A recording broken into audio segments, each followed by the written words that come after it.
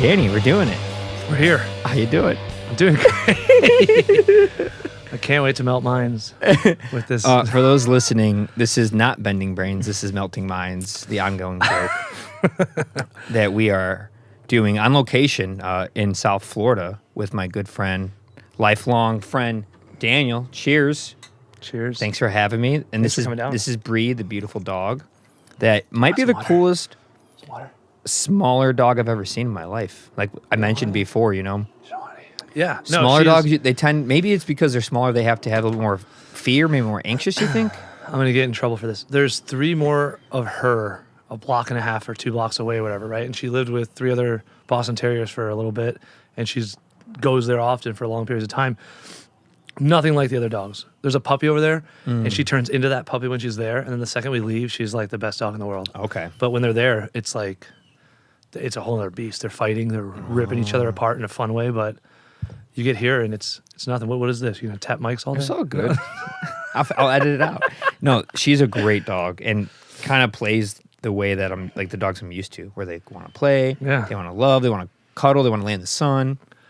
And not like yelping, not like barking and trying to bite you all the time. It's definitely the ownership of the dog. The owner's just really cool. Yeah, she's chill because I'm chill. No, she's a great dog. She's long. So She likes to lick my arms a lot too. I think it's salt. Look at this. I have been swimming in the ocean a lot. Oh, I'm just sweaty all the time. Sweaty right now. It's hot, but it's like, it's weird. It's what, 75 out, but it feels like it's 90. It could be 75 easily. I think it's 75, but it's like really hot. Like I have my shirt undone here. I'm wearing a t-shirt and sweating. It's beautiful out. Might be because I have a long hair. We're also like, we were moving around a lot just now before we Yeah. set up. This dog is looking at me. Yeah, so we'll just go into it. I mean, I don't even know what it is. we're just 2 friends talking. And you have always been one of the few people that I know in life, whether it's music, which is how I first kind of know you as a musician. Yeah, And, and the guy who, like, the only other person who, when they came over, would like, pick up the acoustic guitar and play songs. And sometimes your own songs. Usually people play usually covers. my own. Yeah, I don't have any. I don't know covers. don't I'm either. horrible at that. I'm not allowed to, like. That's why I don't play guitar anymore in public unless I'm in like a group, because someone would be like, "Hey, play that guitar." I'd be like, I don't know what I'm doing. Like, I was in Japan. We go into a guitar shop in a subway station, and there's a bunch of Japanese dudes all playing like Beatles songs and like old rock and Led Zeppelin they were playing, and they like, you know, brought us in. We like, Michelle just sort of saw it as our last night in Japan. We're in Osaka. We get off like 2 stops early from our place. We're like, we'll walk the rest of the way. And before you can get out of the train stop, there's like I don't know how to put it, like a shanty guitar shop. Like everything is old B-roll guitars that are half together. There nothing that looks like you'd actually buy anything there. It looks like it's the guy's garage. But then he's got like a bunch of them mapped out in front. And I just go and look at a few of them, and they're like playing inside, drinking. And I'm like, oh, that sounds so fun. That's cool. And then like the main dude comes out, and he's like, is this guitar 500 something? I don't know. He rattles something off in like broken English, and then he's like, drinks are 5, listening free. I go, what? Oh, really? He's like, yeah, come in. And then like within that moment, we segued into like a room this size with 8 people, 55 to 60 guitars that were all shambled, and then a table in the middle, and they're selling you highball canned drinks or beer just out of their fridge. And they start singing. They're having a good time. We're having a good time with them or whatever. And they eventually hand me the guitar, and I play something like, oh, yeah, all right, we'll keep playing. Now I'm jamming with these guys, and no one's really like a classical guitarist, minus one dude who's like really well trained. The rest of them are just dudes jamming around. Sure. And I start playing Let It Be by the Beatles, and I don't really know the lyrics of that song, how that song really goes. I know a riff, and then I build from it, whatever, and they like took off from it. I was all right, good. And then like I stopped at one point, middle song, and I was just like, I don't know the words of that. They go, this is Japan. Nobody knows the word. Let it be. And I just like I realized that they're not saying English words badly. They're just saying the rhythm of the song with the melody to what they think the words might be, not what the really words are. And it was like awesome to sit and play with people who didn't care that I didn't know it because they didn't know it, but we were playing like a vibe of a song. If you do that here in America and they speak English, they're like, that's not the words, bro. You can't do that. I'm like, oh, okay, I don't know what I'm doing. You're right. So I stop. Yeah. Internationally, I'm a music god. Did that happen in South Korea when you were there? South Korea, I'd never played an instrument. Okay. I think maybe I played a ukulele twice. And like by play, I mean I picked it up and I was like, "There's strings on this." Did you go to any shows when you were in South Korea? Yeah, we found like a punk scene that was awesome and really weird. Wait, sorry. To specify for the listeners, you went to South Korea for a year. Correct. For work. Yeah, I got a job in South Korea. Me and my girlfriend that's a whole really weird story too. For 9 months, not for a full year, because we bailed because of bad reasons, which is another real long story. I'm sure we'll talk about in this long time. No, yeah. We went out there for a year, and this trip is during that 3 month of the year that we just didn't work because we quit our job, and we went to Thailand, Hong Kong, Taiwan, and then ended in Osaka, Japan. And it was pretty rad. And then that was like the last night of that trip. This guitar thing happened, and we ended up getting shit-faced with a bunch of people that we couldn't understand, and they couldn't understand us. Turned out 2 of them were like actually in a band together.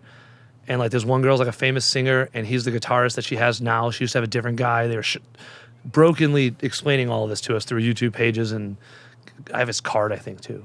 I filmed him. I have their song. I have a song of theirs recorded in their room with this huge crowd there. It was pretty cool. Michelle and I both 2 angles. I don't know if I ever did anything with it, but it was cool. Mm-hmm.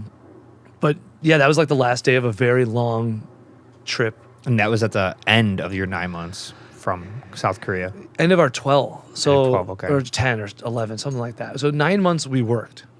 Should I just go into this? Sure. Should I just tell you this? Okay. Yeah. I don't know if I ever told you this story. Not fully. Oh, okay.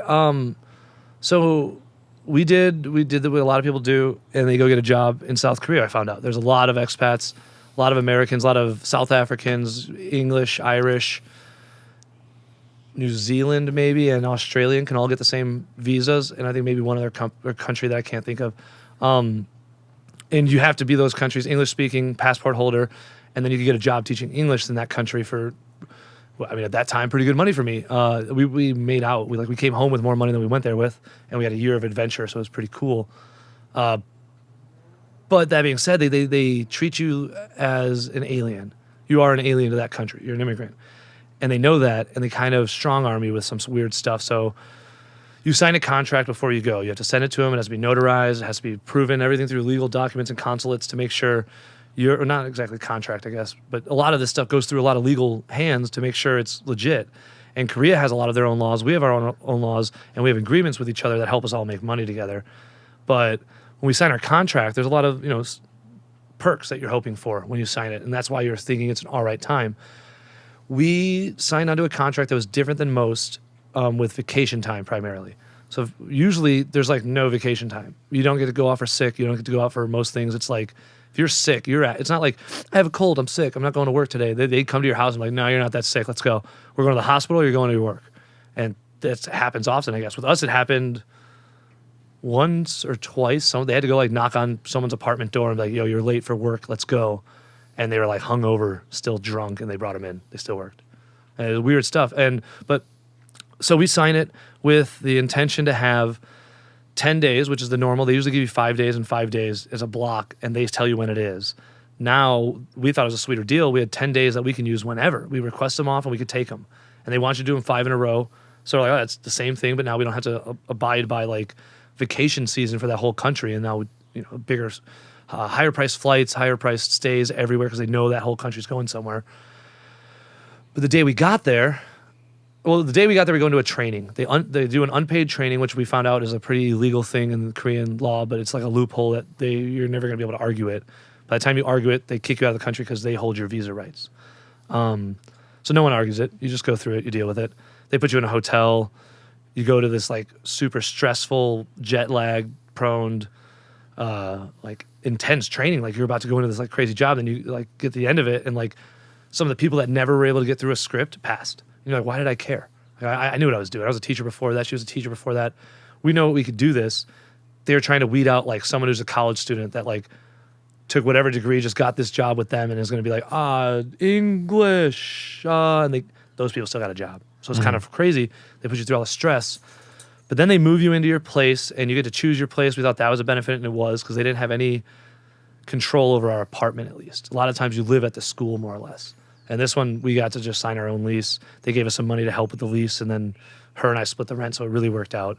But when we got there to the actual location we're working at, the first day on, never taught a class, don't know what anything really is. We know a stupid training that wasn't our branch's way of doing things, we found out. They call us into a corporate meeting. Like, well, you work here now. You can sit in this. And we sit down to a lawyer and one of the corporate people. So, like, this is like 150 schools under one large corporate name. It's one of the largest schools for the private English teaching or something. I don't know. They're sure some revolutionary thing for the school. I won't say the name because then maybe it'll help them and I don't like them. Or maybe it would hurt them if I say it because it's a bad story. I won't say it. So they bring us into this meeting, and then the meeting, she's scratching the door. Told you every time. The meeting leads to them all having like a sit down that's them telling us that we have to sign a new contract, which is an illegal thing to force us to sign a contract once we've already come to the country on one. And this new contract states instead of being paid out for unused vacation days, which would have been a good chunk of money that a lot of people rely on, they are going to take all of the money that we would have been getting out of that and put it into a pool that allows for future substitute teachers so you can actually take your time off. Because we found out you never get your time off. And I was like, that already sucks. At least we'll get paid for it. Now we're not going to get paid for it. The hopes is that they're going to give us time off. We found out they hired like 4 subs for 180 teachers in the Seoul area, something like that. And there's no way everyone could take off in their contract year.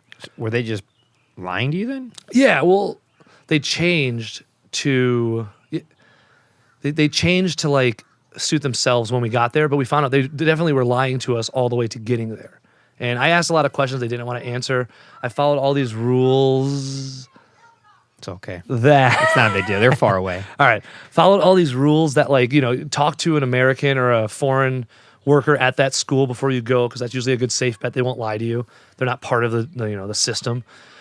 And we talked to a guy from Canada. He turned out to be one of our managers there, and I didn't realize that he was in like the manager position. He's been there for 8 years or 10 years or something. He's been there for a long time, and he like lied to us.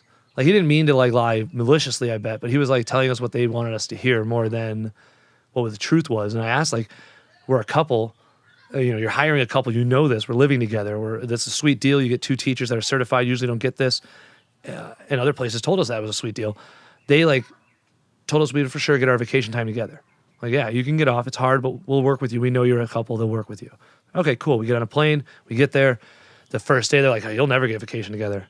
I was like, what? And they're like, yeah, you will take a vacation and she'll take a vacation. You won't be able to go together. Well, why the hell are we here? Like, the whole point was like, we're here together, not we're 2 people here and we're going to go separately on a vacation to another country. It's like, that's not right. Mm-hmm. So right away, we were like, kind of, that sucks.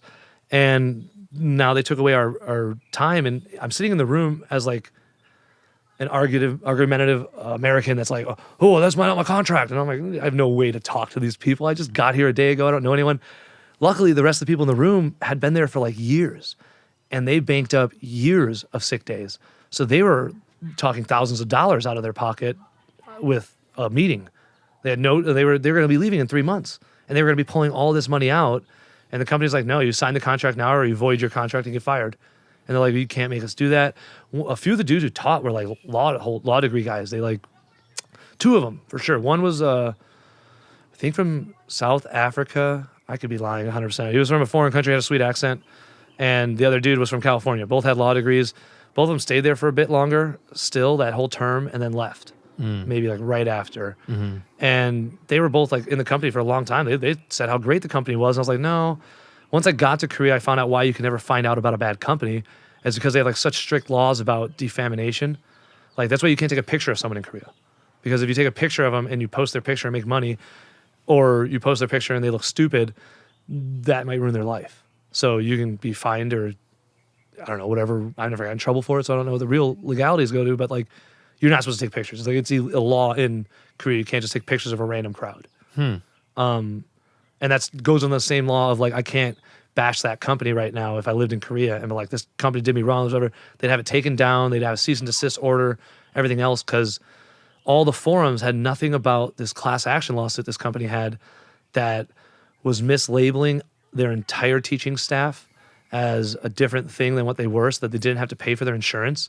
And that meant that all these teachers went without insurance for their entire contract, which is illegal because they're socialized healthcare. Does this company still exist? Yeah. They're thriving, I bet. Sure you don't want to say anything? Should we say screw this company?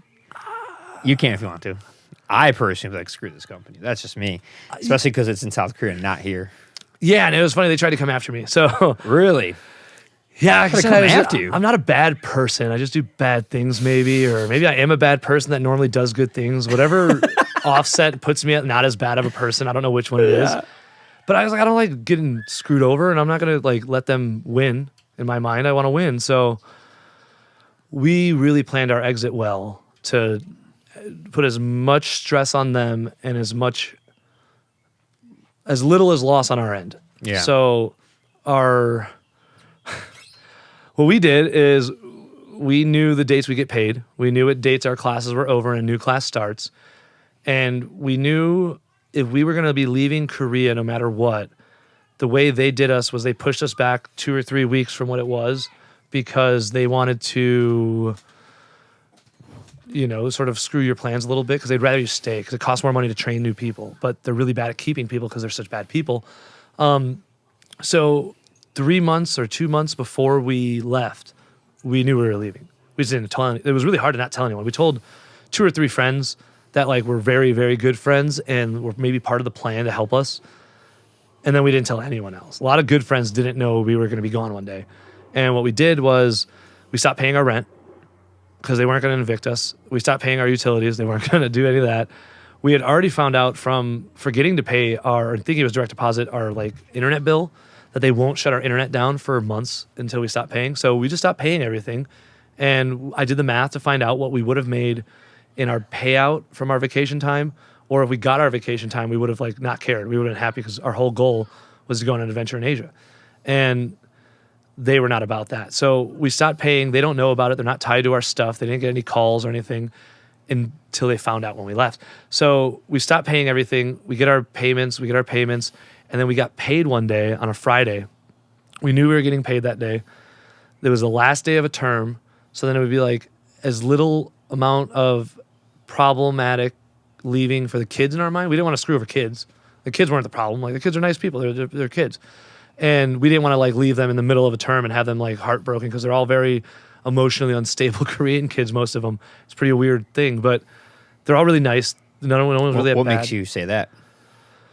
They live a really crazy life. And in general, like Koreans seem to be very dramatic on some levels and then very stoic on others, but dramatics are big, maybe. I don't know. Just part of the culture? From what I noticed when I was there, yeah. A lot of like... Culture. A kid would get in trouble because they didn't know the answer. Not because they acted out. They couldn't answer every time I called them for 7 times. I have to go report them and get them in trouble maybe. And then like you got to be careful because then maybe it's your fault for not teaching good. And in Korea, everything's on camera all the time, everywhere. So like in the classroom, there's a camera and a microphone. My manager would just sit and watch me do class. He would call me down in the middle to say, hey, I saw this happening. Don't do that. Like, okay, Michelle got yelled at for having a light off. There's a whole room of lights and one light in front of a TV that was your like smart board.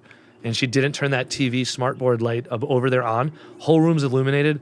It was unprofessional for to have that off. So their culture was like, was the people in charge, were they Korean, your boss?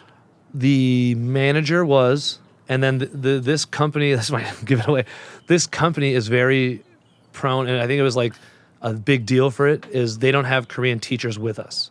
So normally in like these classes, you end up having like a Korean teacher and an English-speaking teacher, and you don't teach the full class. Someone else helps out, and you help enrich with English. This is just me and a bunch of Korean kids alone in a room, and I'm teaching them how to like dissect test questions for an English exam to get into college in America.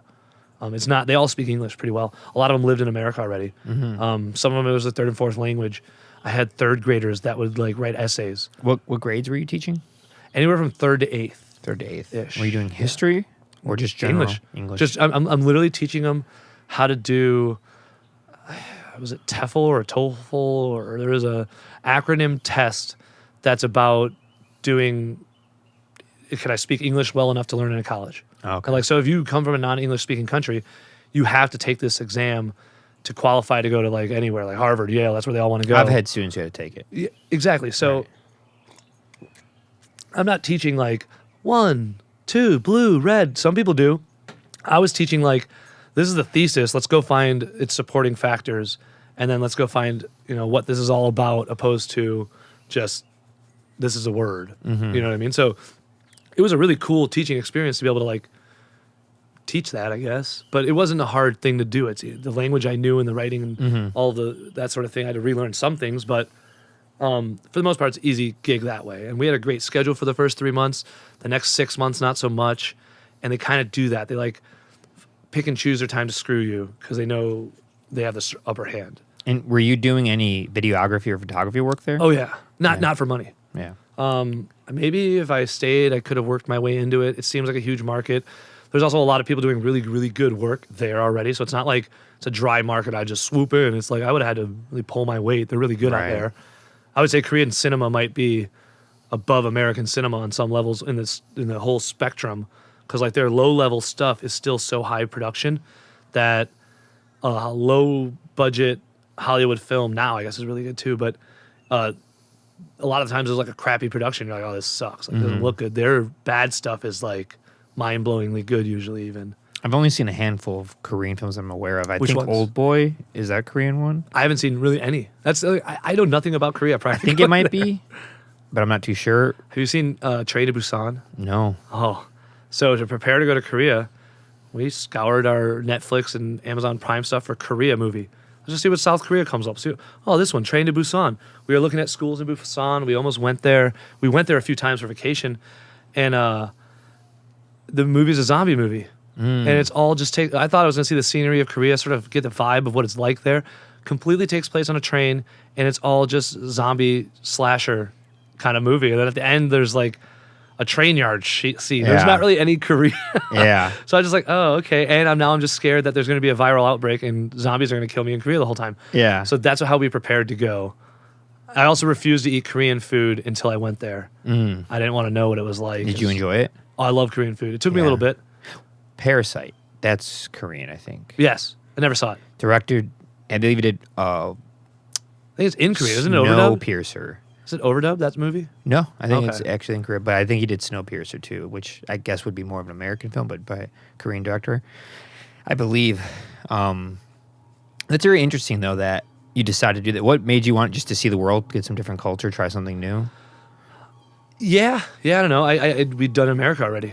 Now, you've seen pretty much all of America, huh? 3 states I haven't. What Very states? weird states to not see too because they're like vacation destinations. Alaska, Hawaii, and California. You've never All been the to states, California? yeah. Never been That's to like the California. first place everyone goes. I know. Hawaii and Alaska make sense. Because they're expensive. Well, they're just so they're not connected. Yeah. It's literally not the continental U.S. Like it makes sense. Yeah. So, yeah, Never you've, California. You've traveled I everywhere. I had a layover coming home from Korea in San Fran. That's it. Oh, that's the closest only, thing. The only time I ever stepped. Yeah. And that's not technically California. I think you're in sovereign land of an airspace in an airport. You're not actually in that city ever, I don't feel. Like I went to Detroit on a layover like a week or so ago. Yeah, I don't really wasn't in think Detroit. you'd count layovers as like I got to visit. It's like no, you're sitting in an airport. But I had whatever, what's the popcorn? I had gourmet popcorn in the O'Hare airport. Garrett's. I had Garrett's. I went to Garrett's, Chicago. yeah. I've been to Chicago once, O'Hare Airport, Midway. Yeah, so you're from Chicago. We haven't even segued to that. Oh, yeah. You're from Chicago. I am there. Berwyn. Cicero, Berwyn. It's easier to say Cicero because people know it. I've never lived in Cicero. Only lived in Berwyn. But I use that more than Berwyn for some reason. Well, I mean, yeah, so we're in Florida now, but you would say Chicago, but then if you were talking to me who's from that area, you'd be like, yeah, I'm from Berwyn. Yeah. Like, oh, I know exactly what it is. Exactly. And I've known you for about 16 years. Yeah. And Before I could drive. You always came like in and out of my life in such pockets. We've always stayed in touch, and I feel like every time we see each other, like nothing changes. Just like a full line. Just right back into it. There's not even gaps in the line. We just picked up where we left. And you just show up, and you're like, I'm coming to DZ Fest. It's the same weekend as my family reunion. You know, often a phone call right before I show up. yeah, if it's not during Ben those Taco times. Ben, down the street, come by this weekend or something. Yeah, you're one of the few people that know me as Taco. You're Taco. As Taco. You're not Ben. For It's those, really weird. I called you Ben a bunch right now, like in this trip the last few days. Yeah. So I was like, I should just normalize it, I guess. But you're Taco. It's still Taco. in your phone, Oh, you're not Taco Ben even. You're just Taco. just Taco. There's no. I have another Taco in my phone, but he's Tony Taco, and he's a dude I knew from skateboarding after I met you already as Yeah. Taco. So he just He's was Tony Taco. and he actually hates the name. He'd probably be offended I had that in my phone. Why is he hates it? Because Well, he was I think he's Mexican. I don't know. I don't want to. He has a strong Spanish accent, and he was living in that area, and I think he maybe got like, hey, get away from that. Get away from that. hey, Don't do that. I think he like didn't want that stigma anymore. Yeah. Because it was maybe a little too close to home. If it was like, that could be a racial slur. Yeah. Someone just randomly called you taco one day. Like, it could have been for you too. yeah, You just ride with it, I guess. He wasn't Embrace digging it it. by like a certain period of life. And I was already not talking to him much. yeah. So I'm not really sure how it goes, but I Yeah. don't think he enjoys that. It's also different for everybody. Like, I'm half Mexican. I was in the suburbs. I was born in America, so I didn't have as much of a issue with it. I didn't even think about it, honestly. In race, I was just like, that's a name. That's what people call me, apparently. Yeah. Guess it is what it is. I didn't ask for it. But Yeah, as wearing a cowboy hat doesn't really help my battle of saying like, I didn't mean it ever in a bad way. But I really never meant it in a bad for way. those It's his listening, name. I saw the cowboy hat you had on earlier. I was like, you should wear the cowboy hat for the podcast. I wear it. I wear it hiking a lot. It's in the sun. You need it. I wore it in Yellowstone for the whole summer this year. You need it. I mean, I have a weird like Show everyone the red butt.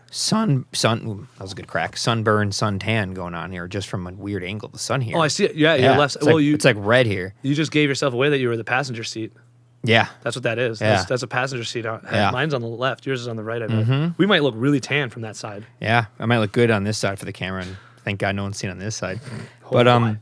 I want to get first into a lot of the creative endeavors you've done, because you've done a handful of stuff, and it A lot of half-ass endeavors in my life. well, it started out with music. You were one of the first people I knew that was like in a band.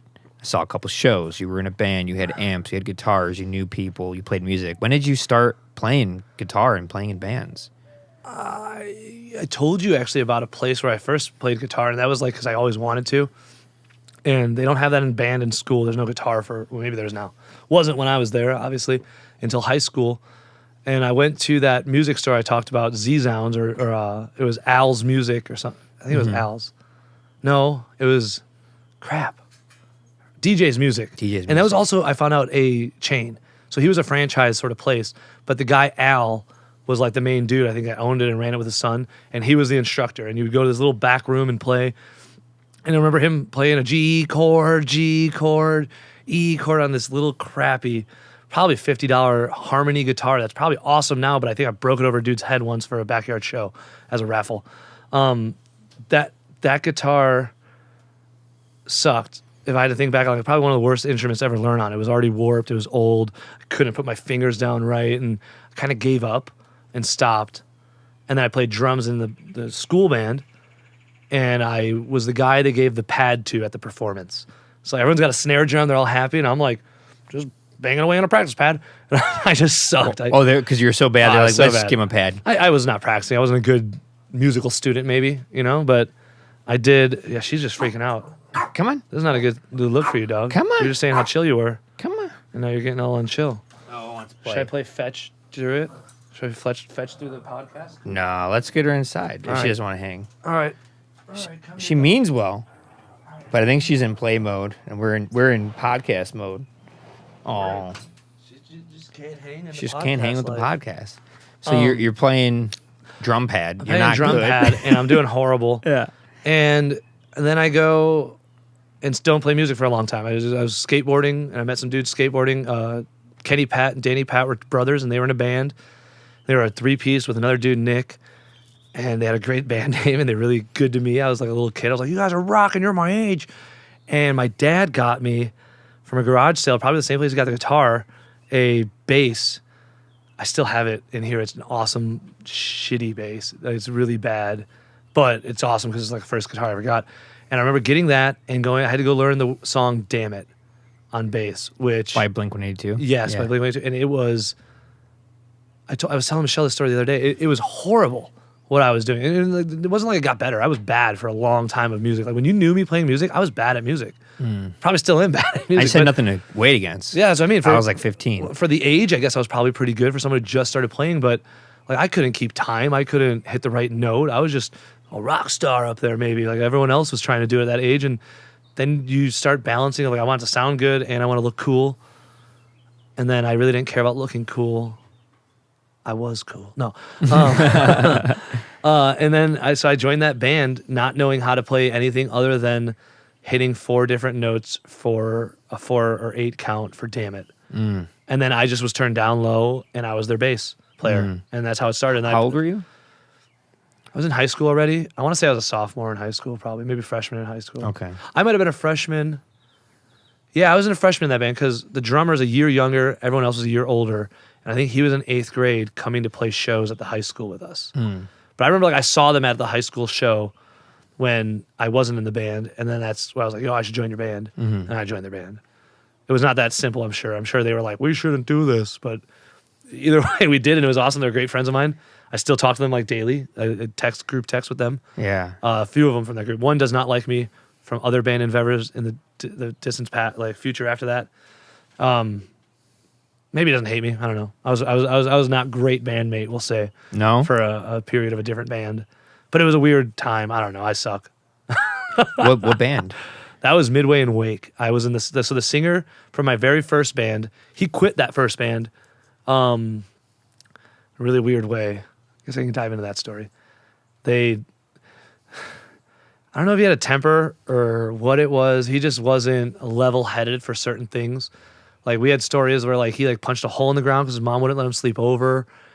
And that's impressive to me more than bashing him. He punched a hole in grass ground. I wouldn't do that. It wasn't that rainy even. And then another time he broke a phone because his girlfriend wasn't coming over. And then I think he quit the band because he thought we were ditching him. But he was in a very Christian household. I think his dad maybe was a minister. I'm making it up. Who knows? He couldn't listen to Blink-182. That was blasphemous. Yeah. The fact that we were playing Blink-182 songs was already bad, but we didn't sound enough like him for them to care. And he wouldn't swear in the song. He'd censor himself singing, and that's fine. Yeah. But we couldn't listen to the album in the basement at his house while practicing to hear what it sounded like, because if his parents were home, they get mad.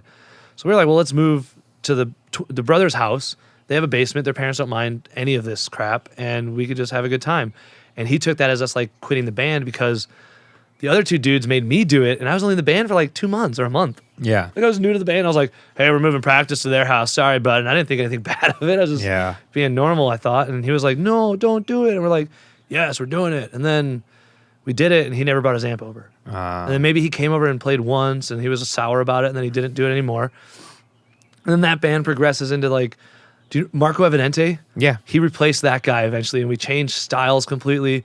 Marco was a very different style than that guy was. We were very different musical taste at that point. We moved and segued into kind of hardcore-esque. We were emo opposed to pop punk. And then we were badass to us, though. It wasn't like we were playing joining a shows? scene. Yeah. We played a few shows with him. We recorded an album with him. It was something I don't really listen to often anymore at all, ever. How many bands have you been in? We can count them off. So the first band I was in before that Sweatshop Millionaires one was I was in a band with my neighbors, and we just played Green Day Warning. And 2 of us played bass. One of us had an acoustic guitar, and the other one was the drummer. The one that played the acoustic guitar doesn't play music really anymore at all. It's Danny, Timmy's twin. And then Timmy played bass, and I played bass. And we literally knew how to play the riff for Green Day. And that's all. It wasn't more Green Day. It was Warning. Yeah, that's how you played. And then there's a breakdown. Yeah. That's it. And we would play that in their basement. It was awesome. And then I joined that Sweatshop Millionaire. So I guess I was in a different group. We weren't a band. I don't know. We don't know what we were doing. And we weren't serious to be in a band. This is the first serious band we'd say was Sweatshop Millionaires. And then that morphed into a band called Our Dying Grace, which was that one with Marco Evidente. And then that band broke up. We moved into me playing with a few random people that morphed from one group to another group into what was the season finale, which is a group I played That's with the for one a I'm long time. most familiar with, yeah. And that was probably the most productive group. Yeah. We actually recorded and played a lot of shows. How many records you guys record? One actual recording of the thing. We did one that was we recorded it in the bathroom at my house, and it was cool. It was good, but it wasn't we put it out as a demo. Yeah, so 2. We'll put 2. So were you growing with kind of messing with audio stuff and getting more familiar with that? 100%. Yeah. I was on Audacity. I was trying to find ripped versions of Cubase on LimeWire. Yeah. This is Napster area. Yeah. When I'm talking. So we're doing the best we can. We're doing whatever single track takes as much as we can. No, we don't know what a click is. We're just play it, man. And there's a lag, so you can't actually play to what you're listening. And it's like, Been there. no, It's we'll not fix fun. it. And that was awesome though. You know, you had to figure it out. Well, it's how you learn. Yeah, And you're 15, 16, and 17. Like, what do you expect? I could hear what I just played. It was awesome. Yeah. So we did that. I remember recording on like an MP3 player, and we would just do live recordings. And eventually, live recordings took over a lot for me, and it was like the best way to do it. It was like once we learned how to play music, live recordings were the best. Yeah. Because you just needed one mic in the room, put it through a mixer board if you have to. If you do multiples, it's all still on one take, and then you get what you get. And actually, a buddy I was just playing a video game with, his dad is a founding member of a Journey cover band called Infinity, who's maybe not around anymore, but they were like a big street festival in the suburb areas, like group. They always would play, and they were really good. And his dad and his brothers and cousins, maybe, or something, I'm making this, butchering it all, but he was in it. He's still in playing music and stuff, but he had like a Zoom recorder in his basement, and he would charge us like whatever we could afford. We were just his kids' friends, and he would record demos for us. So Sweatshop Millionaires recorded a demo, and then anything else we had recorded either went through my cousin's venue or cousin's studio in Southern Illinois, recorded 2 albums there, and then one of them was that really bad one I don't listen to anymore. The other one, the season finale, which I thought was pretty good still, because I self-loathe. Do you still have copies of that? Yeah, I have a copywritten, framed copy of it that my dad made for me. Really? It's like, yeah, we even like printed CD cover or like, you know, the sticker on the top. We made the CD case with our pictures and something else on it. And the first one, we hand drew all of them. So we drew on the CDs, and then we drew on little paper in the top of the CD card. Every one of them was different. It was pretty sweet. I don't know, we made like 100 of those at the most. Just hand them out to people or sell them at I shows? think we hold them out maybe $1. I don't know. Right. We're a capitalist. Don't you miss that? Just like making everything. Well, CDs, you don't really do CDs anymore, but making them by hand. We were a business. We Yeah. were not a band. We would do bake sales at shows. Really? We'd show up with Rice Krispie treats and cookies, and we had a megaphone, and we would just yell over the megaphone, "Give us your money! Yeah. Give us your money!" And they would come over and give us their money. It was awesome. T-shirts? T-shirts. We made spray paint T-shirts. I don't think I was ever in a band that had a screen printed T-shirt. I made one T-shirt for my Sweatshop Millionaires, that first band, and it was probably a really offensive drawing of like an Asian dude on an assembly line with money in his pockets. I didn't know what I was doing. I was like a little kid, and I was like, sweatshops are, okay, millionaires are rich. Yeah, I had no idea what our name even meant. Yeah. I was just making a doodle, and I put it on a shirt. I have it somewhere, I'm sure. But see, the thing is, like, that's in hindsight, you like learn. You're an adult. You're like, yeah, I probably would not name my band that. I probably wouldn't make a I'd T-shirt still like be in that. that band right now. That's a great name. I don't care who you are. That's a great Okay, you wouldn't name. make a shirt like that, at least. I just found out where I guess it you came know what? from. Technically, that's not a bad name because that is real, and all the fabric and stuff we buy Well, is contributing to that. So, like, well, no, screw that. The context isn't about being the owner of the sweatshop. It's the guy who lives in the sweatshop, becomes a millionaire, maybe. oh yeah, I don't know. Who didn't cares? think It's about open, that. open for interpretation. Well, I'm just saying, like, someone could be like, I don't know that name. It's like, what are you talking about? Like, everything here was manufactured Yeah. in those types of places. So, Yeah. like, who are we to say you'd get offended by that if we're the one contributing Yeah, to everything. it? So, Everything. yeah. Looking around. Apparently, except for this shirt, That shirt was definitely woven by a sweatshop worker. someone in Portugal. Oh, it was Portuguese. You're right. Yeah. Yeah. I don't know. Yeah. I'm sure there's sweatshops there. Sweatshops here probably we don't know about. I don't know. That's such a hard one to like. I don't know what to do Wait. about that. I can't leave that topic. Oh, yeah, go I have to ahead. tell you what I just found. Yeah. And I've heard of this thing for a long time, but I never saw it with my own eyes. I just heard the story because I joined that band. They already had that name, and like it was a great name. Still, people are like, "That's the best name." I'm like, "Yeah, it's great. It's funny. It's good." And I didn't know where they got it from. And I think that singer guy who quit maybe found it, or maybe one of the brothers found it. But it's in like a skateboarding company's ad, and it's a magazine. I think he's reading. It says "Sweatshop Millionaire" as the like title of the ad, and I think it's that because I just saw that ad on like a throwback post on Instagram. Someone's like, check out these great old Enjoy ads for your life. And it's like that era of time and everything. And then I think Thrasher put it out today or the other day. And it's one of the slide through ads is a guy sitting there and the other dude's sitting reading the magazine. And it says Sweatshop Millionaires. I've never seen it outside of there. They said it was a T-shirt from a different company than them. And there's argument and debate over it. And I found that. And I was like, I think it's this. I Yeah. don't know. Unless it was already a thing. We could have stole it. Who knows? But Yeah. But I just saw that for the first time like 2 days ago. I mean, that sounds like something you can clearly just make up out of like thin air, or something we didn't. someone No, saw. that's the thing. You could have. We just didn't. Yeah. Yeah. Someone did. Yeah. Someone just made it up. We just took it. So you were skateboarding this whole time as well, right? Because you've been I've always a skateboarder your whole life. Yeah, I started skateboarding really early. I think. Yeah. I think. So you were like the skateboarding musician, like wild kid. Yeah. Yeah, you were. When I was in that band, I was skateboarding. I played basketball, and I stopped playing basketball after freshman year of high school because I was in a band. Yeah. I was skateboarding. I worked at a skate shop, and I just did that. Yeah, and then I think music took over skateboarding a little bit for a while, and then I lost music and took back into skateboarding for a little while. There was like a resurgence of skateboarding for me when I was in early 20s, maybe. What do you think led to like losing music? I lost a band. Oh, you just had no one to play with? Yeah, well, I mean, I could have always found someone to play with, but I don't want to play with them. I told you this the other day too. I can't make my own music. I am a leech. I am in no way a solo artist where it's like, oh, I'm gonna go make this song from the bottom to the top and do all the parts. I probably could, but it's gonna suck because I only grow with another bandmate. You make the next part, I make the next part. We move on. Even if I was like, I wrote all the riffs for the song, I only wrote them because something you did that I was like, that's a cool idea. Let's try this with it. I never can do it myself. Yeah, but that's like a great quality to have because some people can not write anything from scratch. Some people can. Some people are great at writing from scratch, but they can't work well with anybody. So, like, what do they do with that material? What if they wanted to have a band and be a front person, but they don't even know how to interface with people well? So, like, if you can work with anybody, which I think you can work under all circumstances and any condition, so it seems. Yeah, you're like a chameleon. I called myself that. My cousins have said it. You're 100% a comedian. Oh, comedian. Well, you kind of are. You kind of are a comedian, to be honest. Yeah. I don't ever stop laughing around you, but you're more of a chameleon. No, yeah, I could fit anywhere. I'm wearing a cowboy hat right now. Yeah. I mean, you're. I'm sorry, it's a hat. Makes me a poser if I call it a cowboy hat. Just a hat. Just wear hats. It's great for. It really suits you. I don't know. I feel like you should wear it more often. I do. It doesn't make sense here. Well, often, or it makes too much sense here. Maybe that's what it is.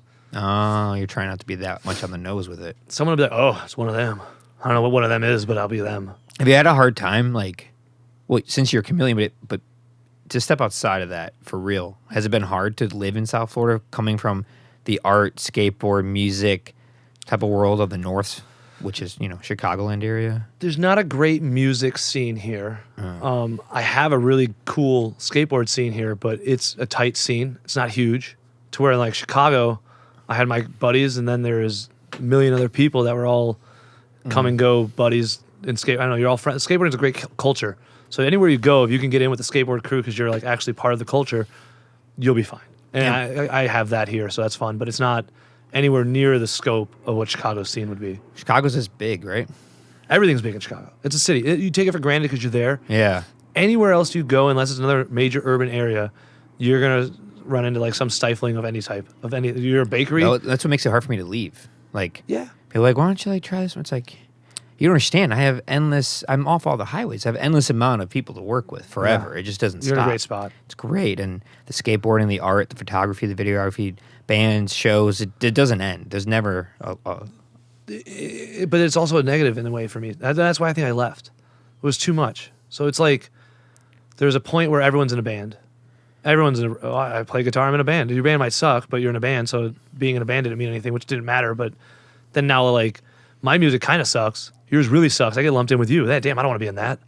I don't know. Like there's a lot of bad bands. I don't know. I'm not gonna sugarcoat and be like, I like all music. I do, just not bad music. And each his own on bad music. But there's a lot of people out there that don't make good music, but they still do it. And then eventually they trickle out, and they siphoned off people that listen to music, and then turn those people off of music because they're bad at music. And that sounds like a really like a complainer's way to look at why I got out, but I didn't get out. I just got forced out because I sucked, maybe, or I got forced out because I didn't really work as well with people, maybe, as I thought.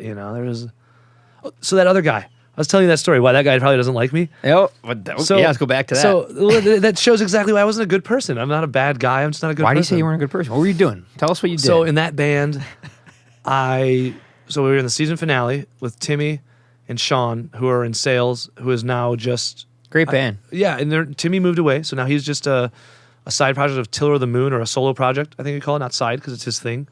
Sean, I hope is doing something. He's a great musician. He'll rock it out, whatever he finds himself doing. But I don't think sales is a thing anymore. But so those two dudes were in a band with me, and actually no, Sean wasn't in this band at all. Why am I saying Sean? Whoa, I haven't played with Sean in a long time.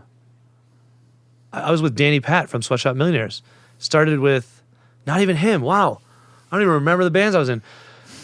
There's a guy, Matt Lucas, who lived across the alley from us, and then he was in like a metal band that was like pretty big, but he was like our best friend growing up, and he moved away, and he came back to play in the start of the season finale, which is a band that I recorded a bunch with. We recorded our first little demo with him, and then he went on his own adventure of life and was no longer with us in our band, and Danny Pat moved in and played, and then he's the one we recorded like the album, played a lot of shows with, and Danny Pat was our drummer until he left, and I don't think we had another drummer in the season finale. When he left, we ended the season finale. Timmy was like, we're done. And he went on and did his own thing. I went and morphed that band.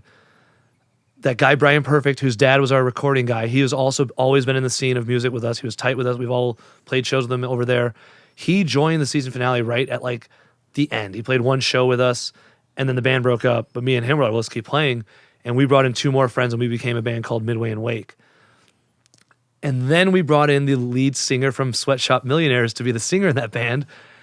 And then he joined that band. It was really, I think he was like really hesitant to join it. I think we might have had a conversation even where he was like, I don't know, because how bad you guys did me with the last band. And I was like, I didn't think we even did him bad. Like, I didn't mean to do it bad. I thought we were just moving practice space. I didn't know we were leaving him. I didn't know that was like the deal breaker. So I told him that. I didn't mean to do anything wrong to it. And then I like fucked him at the end. Apologized for the language if I children's show.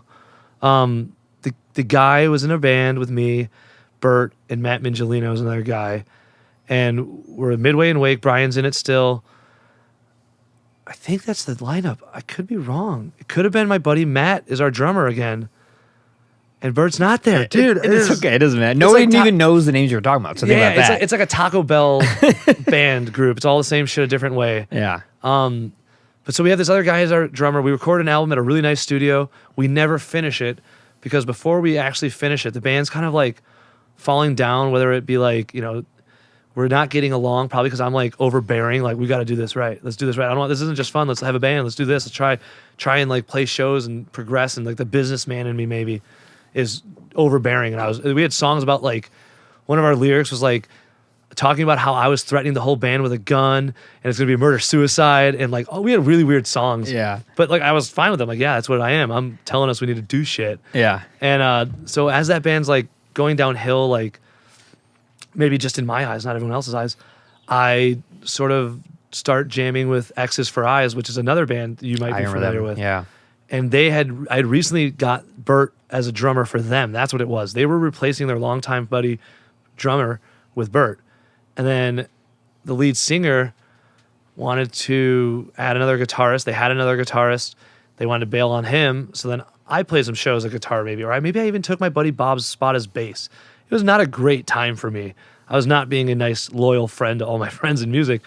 And we went and played a show one day, and I didn't tell him, and I just got up on stage and started playing with the other band after our set.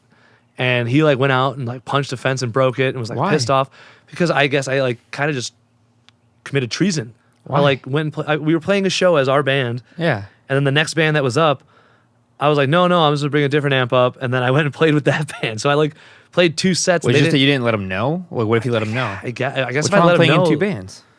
Well, I guess it was more of like two bands in the same set, and like I didn't tell them, so then it was probably a rotten way to go and do it. Like, I haven't been very upfront with some of those things. Probably I could have been more forward. I feel like if I was the bad guy in my book. I feel like if that happened now, it'd be childish to be like mad that someone's playing another. I wouldn't care at all if I'm in three bands. If someone was like, I'm playing another set, I'd be like, nice, dude. You're gonna be tired. Have fun. Cool. Cool. Get a Red Bull. Yeah, I don't know. Maybe you're just beating yourself up then. Too much about it. No, yeah, but I mean, looking back at it, I was definitely the villain in it. Not telling them. I guess if I would have. Why didn't you want to tell them? I don't know. I didn't really. Like I said, I think I was like pissed at that band's work ethic. To be honest with you, probably. Oh, so you kind of did it with malicious intent. No, I wasn't trying to leave that band. I was going to play in two bands because I thought I wanted to be in a band that was like trying to be a band and like write songs and record songs, and it was hard to get these guys to even go to the studio that like we were paying for. And then I ended up footing the bill to go finish the mixing of the album, and I kept it. Yeah. I gave it to Brian. I gave it to my buddy Matt, I think. Maybe I didn't get to him even. Some people have the album, but it never was released. Yeah. It was just the songs we recorded, and I kept them. They were really good quality. Sounded pretty good to me still. Being in a band's hard. Yeah. It's like I always say it's like It's a being in a relationship with It like is. 3, 4, or 5 people, except you're all the same. Well, in these cases, you're all the same sex and you're not having sex. So it's just like Yeah. no, we extra weren't. weird. You're just like you're sharing all this emotional stuff. All these Music is bigger than most people imagine. The vibrations to your body, the way the sound affects in your brain, what's happening on in your body that I can't ever comprehend is bigger than most people would imagine. When you're creating that music, you're doing even more in my mind. Like you're feeling that music that you're creating off of the music they're feeling. You have an intimate connection mentally and physically because you're playing the music. I don't know. It's a relationship. It's heartbreaking when it ends. Yeah. And that's why I say the guy got emotional. It was a good right. It was like he just found out his girlfriend's cheating on him. You know, his guitarist is cheating on him. He's playing another band. What the fuck? You know? Yeah. I understood it. It's so goofy because as long as if you would have just said it, no one would care. Like everybody I know is very in a bunch of different bands. But I think that's a changing of the time. I'm It was a young different time. kid. Yeah. This is your life. We're gonna be big. We're You a think it's your record life, label. yeah. Yeah. So you don't. I don't know. Like I said I was a bad guy it wasn't like I was a mean person. I was trying to be a dick or whatever. It was just I was the bad guy in that situation 100%. At my book. And when did you stop playing in bands? How old were you? Teeth. Yeah. The Teeth. Which is a show that, by the way, you said X's for Eyes season finale. I remember going to I think X's for Ashbury Eyes show. season finale at the Ashbury. And I played my Few Dan times. Electro, and it was a great show. I have recording of it. Really? I love that show. Yeah, I recorded a video and audio. That was like 2017 maybe? Or 7. I don't know, 17. And that's sort of when I started getting into video again. Like I got into video from skateboarding, but then in the bands, I was like, we should make a music video. And I would go with a little Canon point and shoot power shot camera I had that filmed video. And I would go and record us going around, and then I'd go and chop it on Windows Movie Maker. Yeah. Put our song over it. Didn't know how to take the background audio out, so it was there always in the videos, and it was weird. But we made music videos. It was awesome. And then I stopped playing music soon after, maybe. Started doing more video photos. 2012? Yeah. Pretty much you moved here. Yeah. I was going to say, I moved to Florida right around then, I guess. Maybe 13? 2013, late 13. 13, Early yeah. 13, something like that. Mid 13. So maybe like a decade you were doing it? Yeah. Well, because like you had that Teeth thing ended badly. Or not the Teeth. Teeth didn't end badly. We just ended. The Midway and Wake thing ended badly. And then I move into not playing music, I think. I joined another band that never played a show, really. We played like 2 shows, and we just played music all the time. It was like my good buddies. It was exactly what we wanted to do. We were like, let's just play music we like. We don't have to worry about other people. And it was awesome. This is my basement recording. And that was Hell is Real. And then we broke up. I think personal differences or who knows, drugs possibly was some aspect to why it all fizzled away. We all sort of went our own ways in lives, and some went bad, some went good, some went neutral, who knows. That one ended, and then I just started jamming with the Teeth. The Teeth was kind of like a jam group more than a band. It was hard to get together. The singer was hard to pair up with maybe my schedule or someone else's schedule. We didn't know where to jam. Everyone was doing their crazy lives already as the bassist was doing art. The drummer guy was actually a guitarist. That's a bike cab guy now. He's a cool dude. And the singer's still, I think, a singer, I hope. He's really good. Adam. We just made it all up. None of that was ever like structured songs. We know what's going to happen. It was just a jam every night. Same riffs, maybe. Jam. Just went for a while. God, it was awesome. Yeah, couldn't pull it together for that show. Sorry, Ben. No, it's okay. I mean, we did a show, Wilshire and Teeth did a show at the Ashbury. We did. March 2011, I You're remember. a machine. March. Oh, yeah.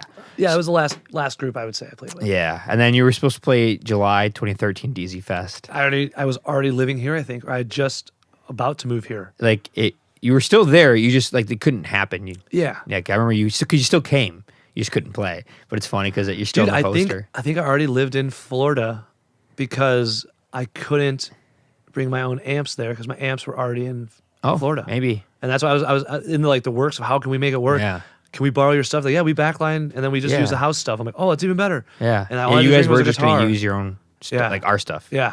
Yeah. But I mean, Didn't work. you still came to a bunch of DZ Fests. I've been to a bunch. Been there, hanging out. Love the DZ. Yeah. Still upset with you about that. We don't have to bring that up. Can we bring it up? No. I wanted to bring up real quick though this artwork before we keep going. So you've been doing photography and videography, I don't know if your whole life, but For a long time now. but In a weird really way. a lot in the last like 5-6 years. A 10 lot. maybe? 10 years. So moving to Florida, I didn't want to stay in Florida for the summers. And I think I maybe did one while I still lived in Chicago, kind of like it. I think most of it started 10 years ago when I started in Florida. I just started traveling every summer. So I was in college. I had the whole summer off. I would leave the day classes were over, get back the day before classes start. I would just go and find whatever way I could. I would work every day of the week during the school year to be able to afford travel. I think I took a college loan out. The only college loan I ever took out wasn't mandatory because I paid out of pocket my whole life, just like I would work and pay off college, work and pay off college. And then I had a big spike in having to pay for books in college. Maybe I switched to a college here, and there was one semester gap between that deal I said where I was getting like grants and not, and I went and paid for that semester, maybe that full year of college, and it like drained my account. So I took out a loan and went and traveled for 3 months on it, and then paid that off when I got out of college. But yeah, I just traveled a lot, and I was like taking pictures while traveling, and that's sort of how I got back into it more than anything. But it started on like my dad's dad cam and a fisheye from Best Buy doing skateboarding videos with my buddies before and during playing music, kind of. Yeah. Always doing like stupid, it was like Jackass era. So like someone's jumping in a bush and then it cuts to a skateboard trick that sucks. So you were the guy behind the camera for all that stuff. I'd skateboarded too. We would like hand it out. I didn't know if I never jumped in a bush, I don't think. Maybe I did. Might have, you know. So when did you start, you start really doing it more, maybe even just for like freelance work? When did it start like becoming more of an actual thing? I don't make a lot of money off my stuff, man. I wish I did. Freelance sounds like I make money. I don't think I made any money off of photo or video until I was down here. So maybe in the last like 4 or 5 years though, even I made some money. I've paid off all my equipment with video work. Yeah. So that's all I really cared about. You have a lot of cool equipment. You've been collecting for a while. Yeah, and it all got stolen once. And Yeah. luckily I was insured and they paid me everything for it. So I got all the money back to be able to buy all my gear back, but some gear you can't buy back. You get like a different version of a lens and it sucks. Yeah. And I kind of ran into that and it's whatever. But yeah, I've accumulated a lot. Yeah. And this summer I did a job that paid off a lens that I bought that I couldn't find a way to justify buying, but I still did. Was it a big zoom one? Yeah. I could tell. I looked at that. I was like, that wasn't cheap. No, and I bought it brand, like it just came out It's and I was nice. like, I'm buying that. That's a 200 to 600 Yeah. millimeter. Yeah. Thing is massive. But I was traveling and doing a lot more nature stuff when I was traveling, and not like I was sitting in a blind hunting animals. I wish that's what it was, but I was like, I would encounter it, and I would have a lens on that couldn't capture the way I wanted to. So I was like, I'll just bring this with everywhere. And You've captured some great nature. thank you. Like Try. last night, we were watching your nature videos, and we were like throwing on some afterglows for That was behind it, fun. and it made me realize like you could definitely make nature documentaries. You could, Thank you. Like you should just make your own. I'm trying. I'm really bad. I'll do the soundtrack for it. Videos is like a band to me. I can't do it. But you did it. I can't make the voiceover. I can't write the No, script. you I don't can't do tell the a story. voiceover. I You- can visually show you it. You don't do the voiceover because you can enunciate and you can talk well and you can talk a lot, but you might not have the right voice. So the voice acting is a thing. Can't write it. Someone I else don't know can. what to say. That's what I say. If I could find that, I just don't have the band. I mean, when you look at the credits of those things, it's like 100 people. Oh, yeah. You get just one focal element of it, but there's other things. How many credits are there in a DZ recording? Tell me what you just told me, and then tell me how many Listen. how many people are on the credits of this right now. Me- There's a me. reason for it, and I share your same sentiment. It's really hard to let something go to someone else. I mean, I'm okay with it. It's hard for me to trust someone to think they're going to do Yeah. it justice to what I want to do with it, or Well, at least you have the can- effort towards the justice. Sure. I mean, the best you can do is collaborate with people you like their work and trust Yeah. them. You're like, say you met someone that's like, yeah, I do voice acting. I'd be great for overdubbing stuff. Say you met someone who's a good writer and you like them and you're a friend. Yeah. And they're like, oh, I got my friend Ben and his friends who will make the soundtrack. Boom. You got it. And I It's have just a 4 buddy who people. would probably write. I have a buddy who would love to talk, but I don't know if he's the best talker. I don't care if it's a great talker. It's the story being told, and I kind of like it not being someone like, this is planet Earth. Like, I don't want like that kind of deal. I always want someone David who Attenborough. as you watch here, there is a small spiny spider crawling up upon, and it's They'll go 3 months without eating or relieving themselves. A large misconception of the blue whale is the size of its it's called a dork. Which I actually have a great story. That Yellowstone family and that I told you I go out and did the photos for, and they own a crazy ranch now, and they're awesome people. In that crazy barn with all the carriages that none of these people know about because I didn't tell them this story. Yeah, always remember on a podcast. I know, You but I gotta don't remember care that. They about don't that know story. what we're talking The about. key is in the back of a really cool shed. That's not even a shed; it's a barn with it's. I don't even understand all this really expensive, cool artifacts. We'll put it there, and they're true artifacts, and some remakes, whatever. But the back of it is a 1890s era esque saloon that was built in Boston, shipped around South America to California, failed, and was boxed back up. And this family bought it and rebuilt it piece for piece in their barn, so that you look like you're in a saloon when you're in their barn in the back of it. And they have all these tapestries, taxidermy, not tapestries. Yeah. Buffalo head, bear, golden eagle, bald eagle, all these things you can't actually have anymore, but they predate all the legalities. And one big thing he showed me, he was like, "You see that right there?" I was like, "Yeah." He's like, "It's a blue whale dick." I'm like, "What?" He goes, "Yeah, it's a dick of a blue whale." I'm like, of everything on the wall, we went to what's it called when you put whiskey in something? Decanter? Decanters, all these crazy decanters, and then a whale dick. I was like, "I've never seen a whale dick though. Thank you. That's the only Yeah. time I probably ever see it again." How big When was I it? go there, it's large. Yeah. It's proportional. 3, 4, 5 feet? 6 foot. 6 foot dick, huh? I'm pretty sure it was it was a bone of it. Oh my True god. boner. Oh yeah, they must have bones. It has to come out. Yeah. Huh. I think I don't know. maybe ligament. I'm sure it's so much weight that you need some type of structure for it. If any of you are whale experts, tell us about whale dicks in the comments. No, Yeah, in the comments, please. Wow. you just have like a line of whale dicks. Isn't that the best thing, though? Like, this is a great segue. The best thing about traveling is the things you see. Like Yeah. you know? Everything. People I meet, things I see, The things you see, the people you meet. horrible things that happen are probably the best part to me. The It's stuff weird. that fails. Like, things Yeah. like on the way here, Trevor and I camped in my favorite Deep Hole, Chattahoochee. Chattahoochee. Great name. No internet, no power, no running water, nothing. And it's pouring rain. And we just drove for 12 hours and we set up tent in the pouring rain. We're just laughing. And we just said, like, hey, the reason why this isn't that bad is because we've been doing this our whole life. I've already set up a tent in the rain. Like, it's not that bad now. What day was that? This was Tuesday? I don't know. One of the nights. What day is it today? I don't know. I think it was Tuesday. You would have been driving. You got here Wednesday? I don't know. No, you got here Friday, so it was Thursday. Damn. It was Friday night. 2 nights prior, I had the exact same scenario where it was like a horrible camping situation. I got snowed in.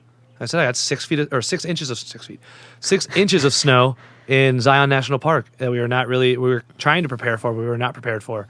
And it was the best part of the trip. It was horrible. I was in pain for parts of it because it was so cold. Mm-hmm. But it was awesome. Yeah. That's what made the trip. It wasn't the hikes we did, the bikes we did. It was that snowstorm made the trip. Yeah, and I'll remember that you more always than anything. suffer through it with somebody. Yeah. And if you did it alone, then you suffer it with yourself. Grow. Yeah, you grow, man. No, it sounds hippy dippy, sounds tacky, but it's true. And any adult can attest to that through time, just going through it. That's why adults are mostly nonchalant and passive about everything. They're just like, It can't get worse. yeah, people die. Yeah, things suck. Yeah, snow collapses tents sometimes. Like, Yeah, you start to grasp the idea that you have no control. yeah. It's just Makes you a things little more free. You're riding along. Yeah, also makes you realize, like, people have died, like, camping in the snow. Like, life is short. Like, you need to pay attention and be prepared. People fall off their couch and die. Yeah. You don't have to go out in the snow and camp to die. That's what I mean. Like, That'd be the worst. I fell off my couch and died. do you know that there's like a huge statistic that like shows how couches are like the #1 killer? And it's not like what you think. It's not like couches are coming out and attacking people or like they're too high and you fall off Not and break your neck. diabetes. No, not well, heart disease. kind of that. So you attribute some of that stuff to the sedentary life of couch life. So like someone like I broke my arm.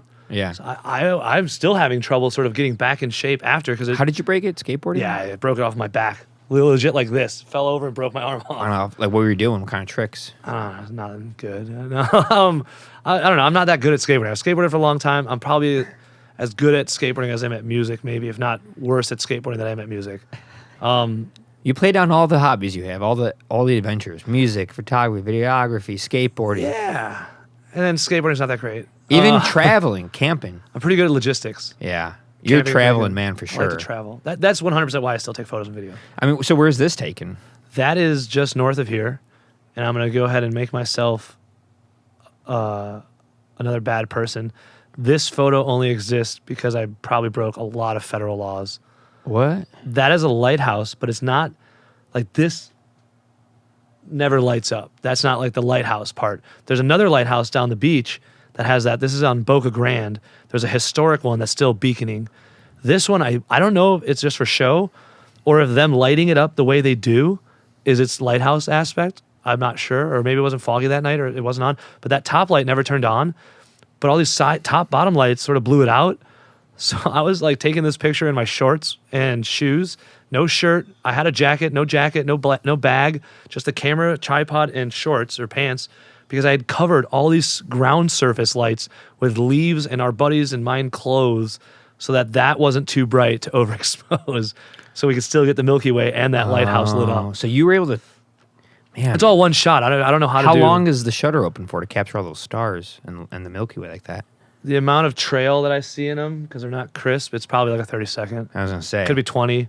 I might have hit the camera. It still looks really pretty. I'm stoked on it. That's awesome. The stars on here are amazing too.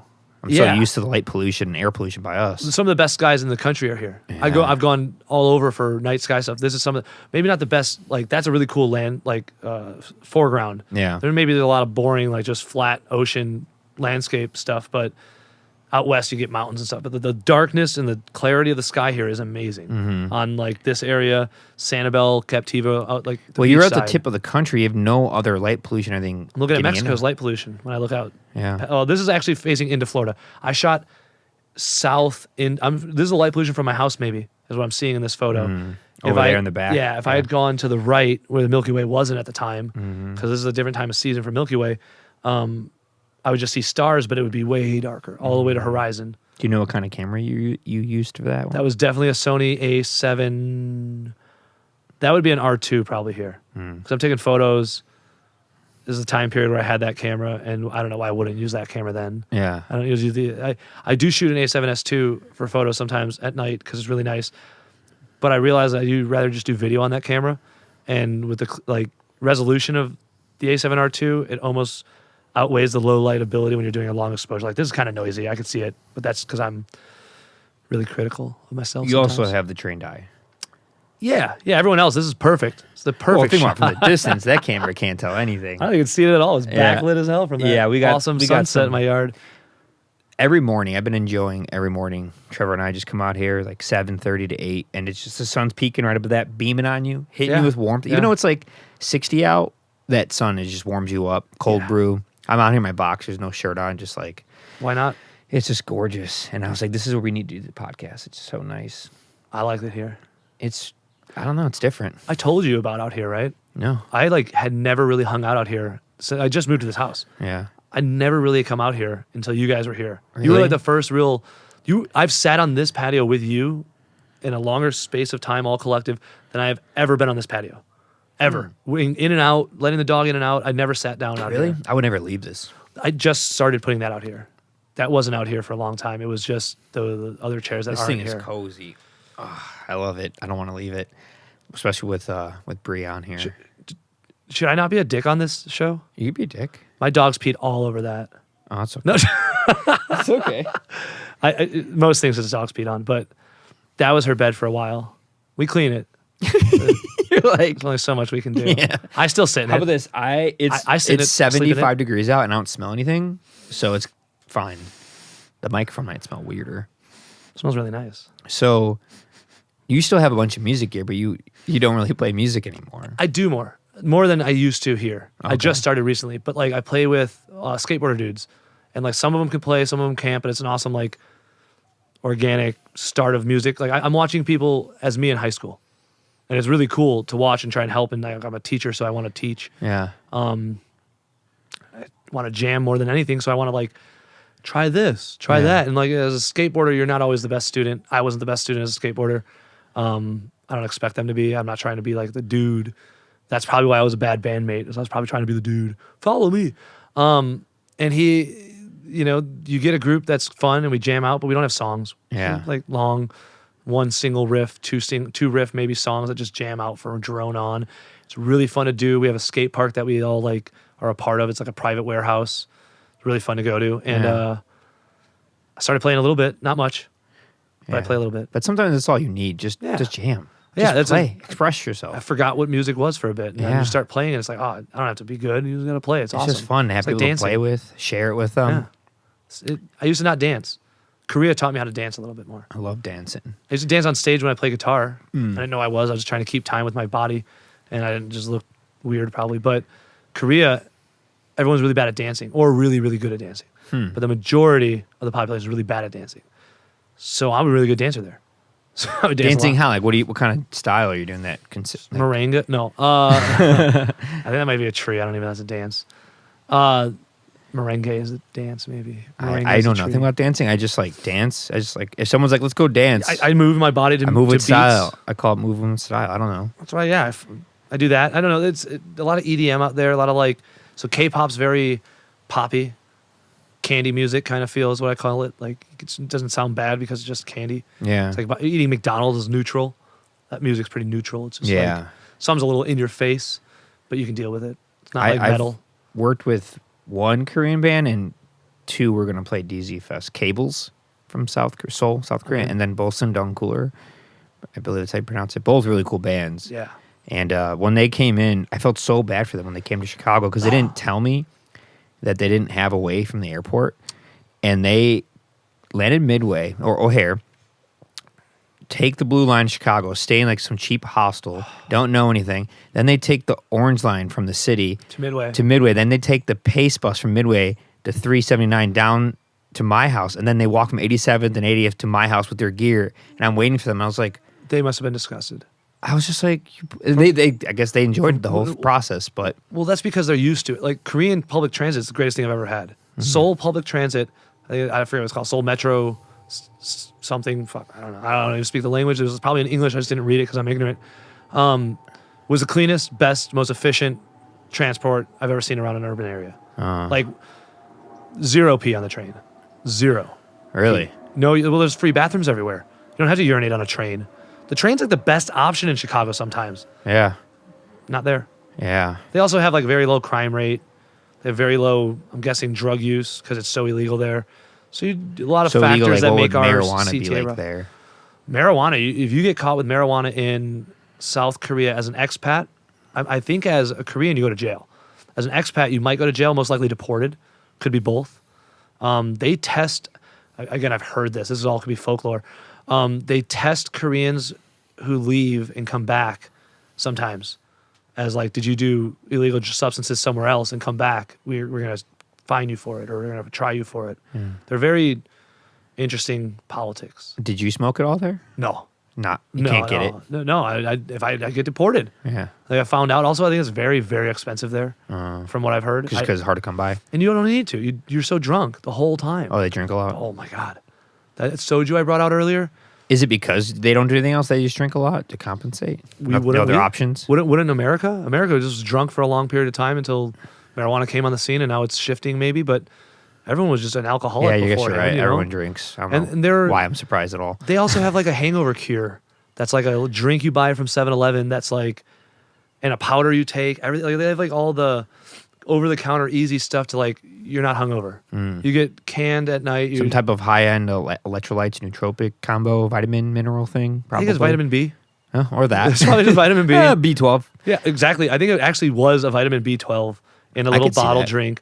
And then there was we found the combination was before you go and get drunk, drink or take these little powder tablets and then buy 2 of those drinks for later. And then when you're done drinking, drink one of those. And when you wake up, drink one of those.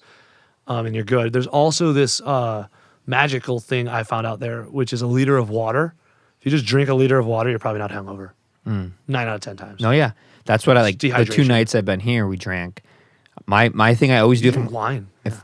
Wine. If you're gonna drink, what I do is water to match each amount. So if I do glass of wine, water, glass of wine, and then split up the night with a nice organic coconut water because it hydrates you with the potassium and the sodium. To go back to drinking and then have one before you go to bed, then have one in the morning, and you will not be hungover. No matter coconut how much water you drink. makes sense. I mean, I had beer bourbon, and wine. Very risky to mix 3. And I was fine. Challenge accepted. No. I'm just saying, it works. I don't like wine. You just got to keep it in mind. You got to like think about it. Yeah. So you can't get too drunk because you have to No. pay attention. You're on. So you're some on people a don't regimen. like that. They want to get drunk and not pay attention to that. But Well, it like works the for me. escape idea where you're trying to release from thinking. See, I'm not trying to do that. No. I'm just trying to have fun with my friends. I like my mind. I like my thoughts. Yeah, me too. wanna be I out of want to be control. there. I just want to be loose and relaxed. Some people want to lose control. Some people want to, I don't know, blur out. Like where if you lose control, it's very different. Like people become something crazy sometimes when they do too much of something or a little bit. Some people just don't have control. It's all different levels. That's your tolerance, they call it. But like as long as you know where you're at and you can drink to your own tolerance, it's just enhancing your mood usually with a depressant that will eventually make you depressed. Have you always thought that way about alcohol, or did it take you a while to Oh, get hell to that? no. No. I was a 19-year-old that just wanted to get drunk. At my house, At your house when I was like, yeah, or earlier than that. 19, 20. 18 even maybe Yeah. at your house. 19, yeah, maybe it was 19. Yeah, There was one summer, 2008, June. So I just graduated high school. You came over like every night. I have to urinate really badly. Go for it. Okay. I'll keep talking. I'll okay, get. okay. I didn't Leave the wanna, door like, open. I'm gonna Leave the stop. door open. No one's gonna hear you. I'll talk to you through the doorway. So yeah, Danny came over like every night in like June 2008. I just graduated high school, and we would have bonfires every night. My neighbors across the street just built their house, and what's up? Well, they were building it, and he gave me all the wood. And he was like, all the leftover wood, like scraps. He's like, yeah, if you want it for firewood. So I grabbed my trailer, rolled it over by hand to over there. We threw a ton of wood, just tons of wood, hundreds of pounds, maybe thousands of pounds of wood. We did many trips, wheeled it across by the DZ, put it in a little shack next to the DZ, our little wood shack. And we had really great dry pine wood left over, scraps from little tiny pieces that were cut off from rafters and walls that were built all the way to like big pieces they just didn't use. And we had firewood for the whole summer, and we had fires every night. There was never not a party going on. And what I would do is, on my way home from UPS, I just started there, is I would just call all of my friends and just say, come over by, and hang up. And I would just say that, and by the time I got home, took a shower, and went to the backyard, put music on the stereo by the DZ and got a fire going, people would start showing up. And hi, come on. Before I knew it, there'd be like 40, 50 people there. And you'd always show up with a bunch of people. You'd bring people. Do you remember us getting donuts? Yeah. At Dunkin' Donuts? Garbage donuts. Garbage. I'll talk about garbage donuts. I'm not even on the mic. That was mind-blowing to me. So garbage donuts. I had a friend who worked there, and it turns out that at midnight, at least this donut place, Dunkin' Donuts, would get rid of all their donuts. They wouldn't touch anything. They would just go up with plastic and put all the donuts into a clean plastic garbage bag, no fragrance, so it's just clean. And they'd put it in the garbage or the dumpster outside. I had a friend there that would kindly put it in there and gently drop it in, or maybe not at all, and just leave it for us to come get. So midnight comes around, we go pick up all these donuts. We come back to the DZ, and when you have like 200 donuts and like 20 people, 30 people, you're not going to eat them all, so throw them, play with them. Yeah. Throw them in the fire. How do they burn? I don't know. We'll find You just out. play with donuts. It was so ridiculous. The stuff we did was ridiculous. I never played with them. I just ate them. We'd throw them at people, like each other, like just throw, I don't know, dumb I stuff. love donuts. I would have one. There's only so many you can eat. How many donuts are you eating at Yeah, I midnight? won't lie. They were kind of stale. Well, yeah, they Like, were not get rid bad, of them. Like, wow, they weren't fresh. But I was we're pissed 18. off at the quality of these garbage We're donuts. 18 and we're eating donuts, going to Nona's or Danico's, Oh, yeah. El Gallo, Del Carmen, I forgot you guys go to Nona's. Nona's. Yeah, but now we go to Danico's. Well, I don't go to any of them. Wait, Really. is Danico's over by me? No, all so the way- there's a different Danico. So Danico's and Nona's were the same by owner, where same I was. family. And there's the Danico's on Roosevelt and Yep. Ridgeland-ish. Yep. Oak Park, I think. Oak Park, Berwyn. Or no, it's East. East.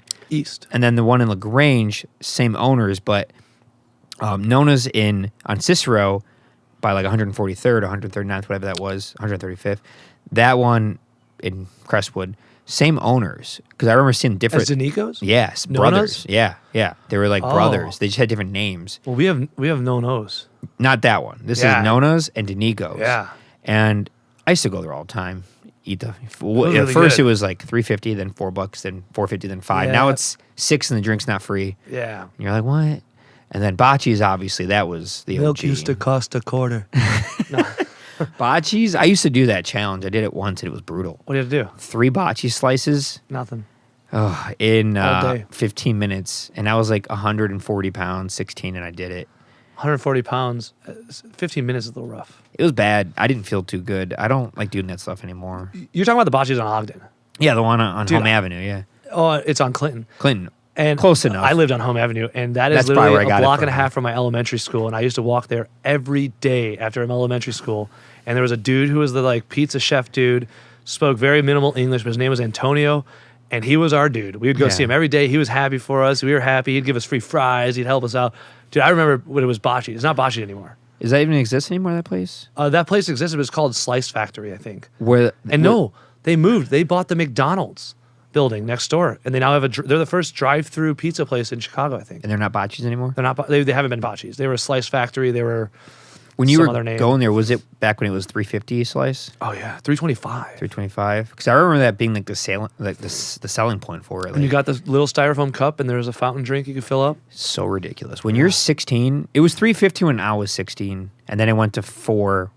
But when you're 16 and like barely I was making $6 an hour, I was able to like get a burrito for $3.50, Yeah. get a slice of pizza for $3.50, and I was like, that's what got me through my El days. Faro. I'd eat Subway for lunch because I worked there, and then for dinner I'd have like a $3 slice of something. Worked at Subway. I remember that. Oh yeah, for 2 years. Yeah. Oh, I hated it. Did I know you when I worked in LaGrange When you worked at, was it Coldstone? and the theater?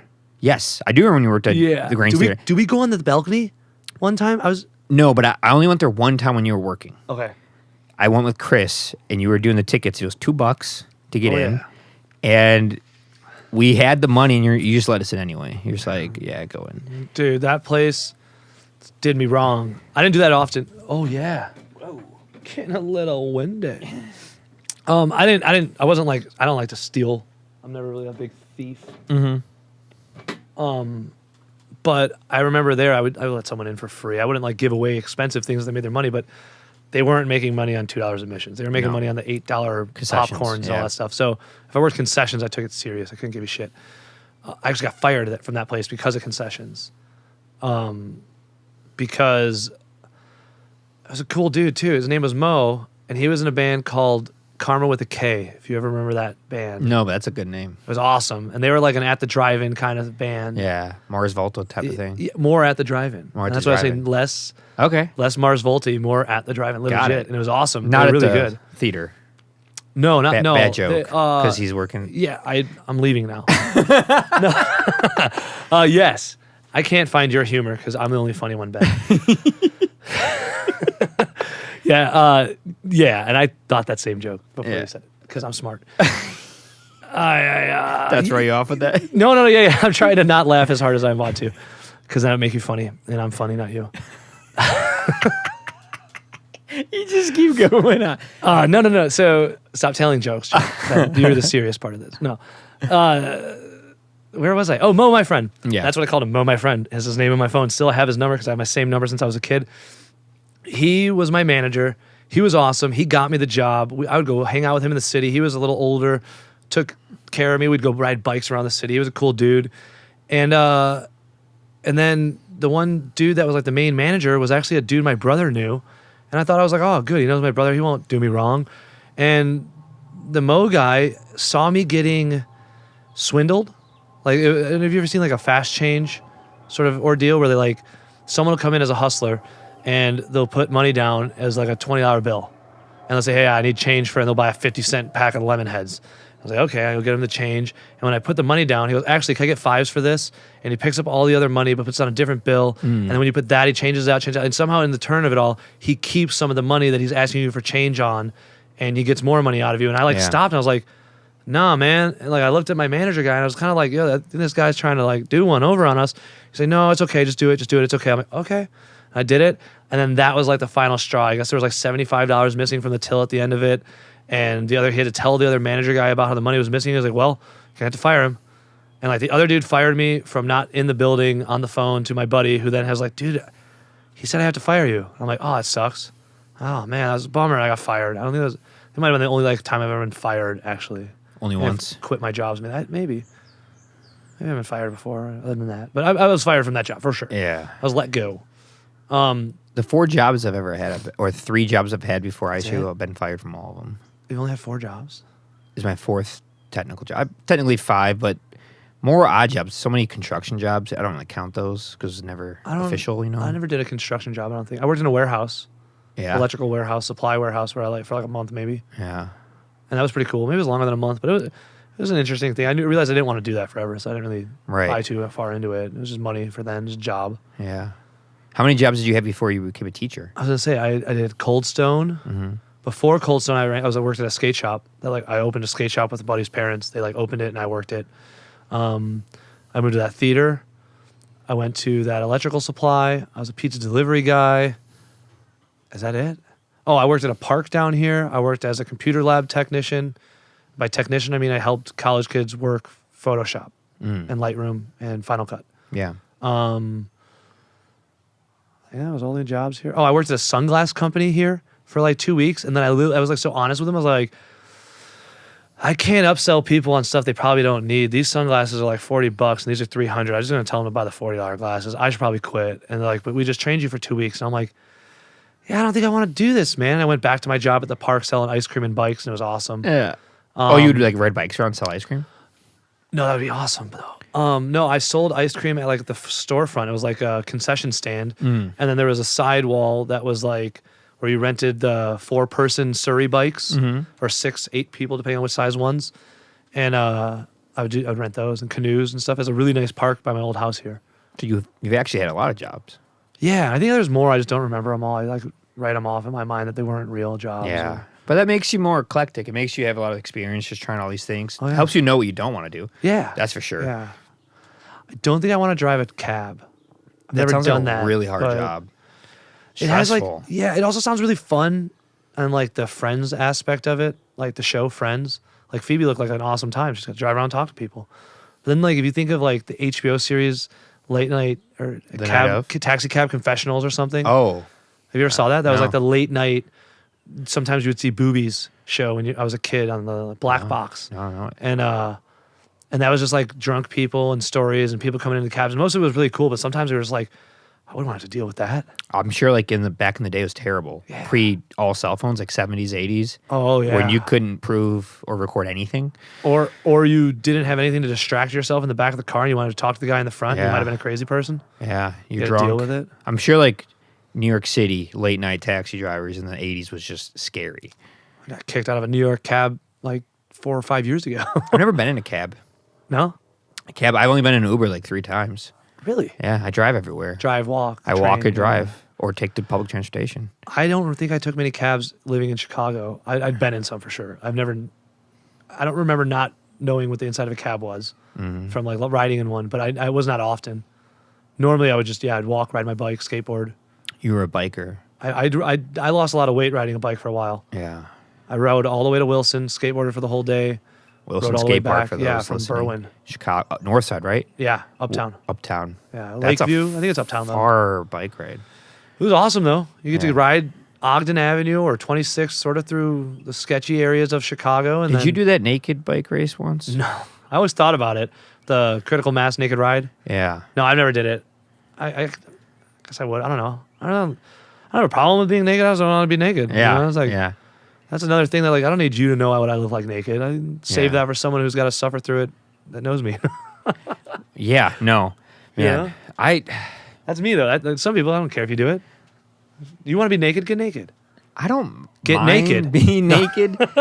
But yeah, I mean, I don't know. I'm fine with it, but I'm also like fine with not showing people my genitals too. Yeah. Yeah. I'm okay with it. Yeah. Not doing it. So what's going on with your business now? Videography and photography business. If you want to plug it, please do so at this moment. I don't know. I pay taxes as a company. That's about as far as that goes now. I don't really. So I did a bunch of weddings, and it sort of defeated me on like making money for video because there was Yeah. great money in it, and it was like a horrible job to me because I didn't like dealing with it, and I had a really bad business partner in sorts. Like it was a really good business partner and a really bad businessman. In the sense of like I didn't do anything. I told him straight up. I was like, I have a job.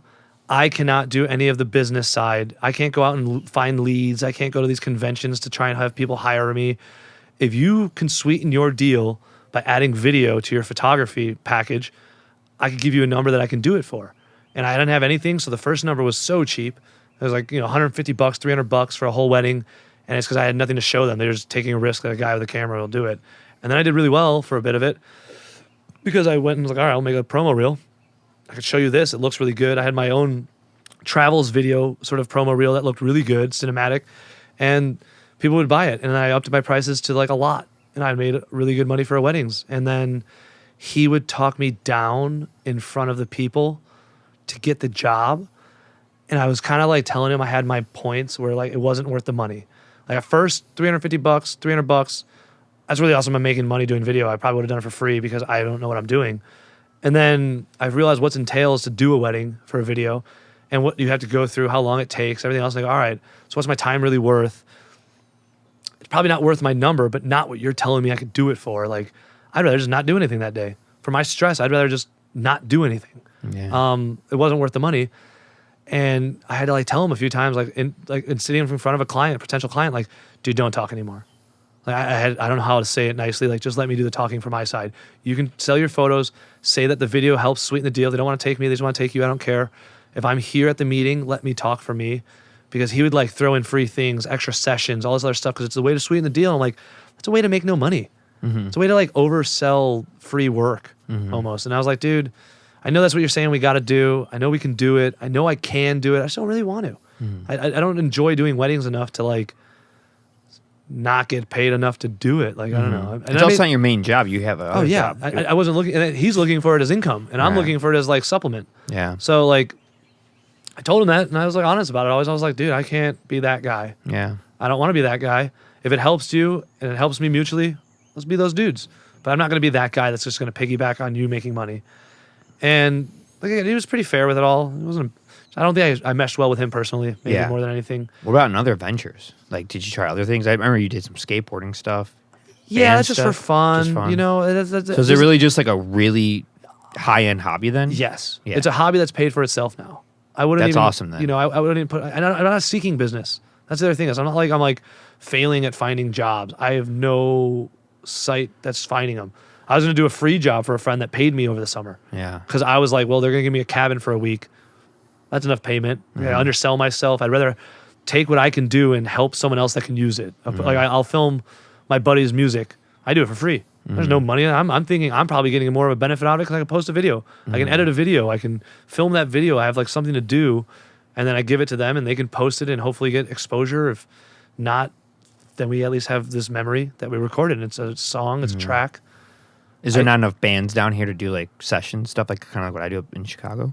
I don't know. I'm also not good at what I do with that, like music wise. Like, you're good at it. I could film videos. The filming music is just like I could try. Do my best. It's not ever that great. You heard that audio from Yellowstone? He's all of that. That's not me doing a good job audio recording. He just sounds good enough that my shitty recording sounded pretty good because it's him singing it, which is Timmy Wilser, Tiller of the Moon. Also, there was nothing else going on. That's like the only sound source. So you have nature, but And that's what I kind of like. Yeah. That, and that's why we did it there. Was I've always told him I want to have like the atmospheric. I would film him in his living room and leave the windows open because I wanted to hear the car go by. I like that. It puts you in that room of the video with the sound, opposed to a perfect track with an overdub. Yeah. That doesn't do it sometimes for me. Yeah. I like raw shit. So like videography, photography has been just a high-end hobby because you have a lot of good gear for those things. Yeah, same thing with music. I had a lot of really good music gear. I didn't make any money there. Yeah. And I think that's why I still enjoy them. Is I never, once video became this thing that like, okay, I'd have to do this to make money, it like turned me off a little bit. I lost, right now I'm like kind of lost. I don't really know what I'm looking at when I'm shooting half the time now, because I used to do it in the perspective of I went and saw all these great things I wanted to share with other people, or I wanted to show you what I saw that hopefully it would inspire you to go and do what I'm doing, opposed to like this photo being something I sell you. It's more of I want you to see this and be like, I want to go see that. And then like it would spark travel. So travel has been my whole purpose behind most of my video or nature videos. Like, I want you to travel to see nature. I want you to go out into nature. And And that sort of, I lost that for a little bit when I was trying to make money with it, or I was trying to do Instagram with it, or I was trying to do something that like was taking it away from me just going and doing great things and documenting it. I now am like, I got to go here to document it, to where I used to go there to experience it and document it as I was doing it, not setting it up as a cameraman to document a thing that maybe someone else is doing. I'm not even in it. I'm never in my stuff anymore. Yeah. It's all Michelle. It's all someone else I'm with. And it sort of it put blinders on for like why I'm out there doing it, I guess. So that's why a lot of like, I just went on a trip. I have like 4 photos from it. I brought $1,000s worth of photo gear. I argued with flight staff to get my carry-on that I didn't pay for on, and I paid for a carry-on home because I didn't want to deal with the hassle to bring all this gear I didn't really use. And I realized why I do that is because I don't bring it, and then I'm like, I want it. Where is it? And it's, even if I don't use it, I'm glad I have it. Yeah. But I was losing sight of why I was documenting everything because of why I was out there, what I was doing, what was I seeing. I wasn't seeing what I wanted to see. I was blinded by, well, this reflection look cool. Or like, oh, these trails. And those are really cool photo techniques, but not the adventure that I was originally doing. And I'm trying to get that back. And I have a good idea, a middle ground for you. Okay. I'm going to somehow get money and have you team up with other people. I literally just told my buddy, what if we were rich? Like, that'd be an easier life. We should just do that. and we could use it to like film DZ Fest, like setting up for it, document it more. Or what if I just put $50 a paycheck aside to pay for my flight so I could just come and film DZ Fest? That works too. The hard part is I'm always traveling during DZ Fest, and I might not be able to get to DZ Fest is my problem. It's not that I don't go because I just am like, no, I'm not going. It's literally like I'm a week off on my flight and DZ Fest. We know the dates now. You make it part of the traveling. Perfect. Yeah. I think I'm doing Maine. I'll drive down to DZ. Yeah, exactly. Sounds like a good road. Sounds like a good road. The best part about it is like it's Chicago. You have so much you could do there. Family, friends. I'm losing. I don't have as much family there anymore. Oh, really? I have a lot of friends there. But like my brother and sister were the only two that were still in my like immediate family that were still there, and they both moved. I was in Munster, Indiana, and my brother's not far. He's in Romeoville, or he moved from Romeoville to somewhere else recently. Okay. Just stretching out here. Okay. And they're not in my area anymore. Yeah. So if I'm going to go stay with them, I'm going to go stay with them. I'm not really going to be how I used to. It's like, all right, I got a skateboard and I'm at my brother's house. I can go anywhere. I get on a train, catch an Uber places. I'll still do that, but it's kind of lost the draw. I don't go back as much. I don't have a plan right now to go back. Stay at my house. I will. Yeah. I plan to now. Yeah. I've always said I'm going to, and then I feel like I'd be a burden, so I don't. No, why'd you get a burden? Because I'm Every time, overbearing. Dick, I'm every annoying. time I just tell you shut up. No, you won't. I know. I will slap you. No. I rarely tell certain people to shut up. I'm just like, keep going. You're entertaining me. I know. I talk less around you. I probably take over a lot. I just listen.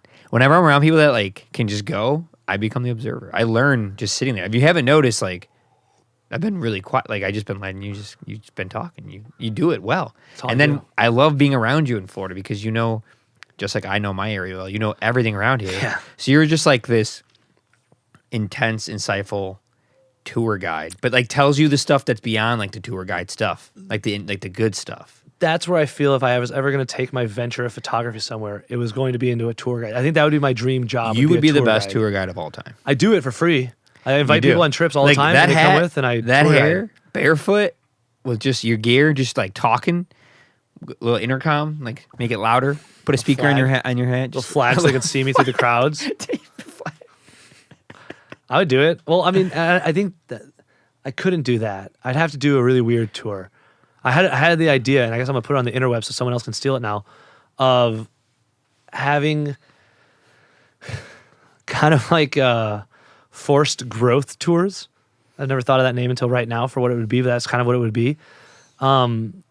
You know better than I. Well, maybe not better, but you know as I do.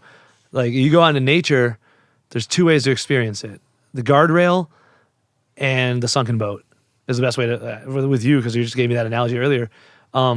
You go in a guardrail and you see the Grand Canyon and it's magnificent and you get this moment of like euphoric feel and you don't even know what it is. It's overwhelming. And then you leave it back to your cot or your bed or your hotel room and then you get in your car and your airplane, you fly back home, and that's your extent of nature.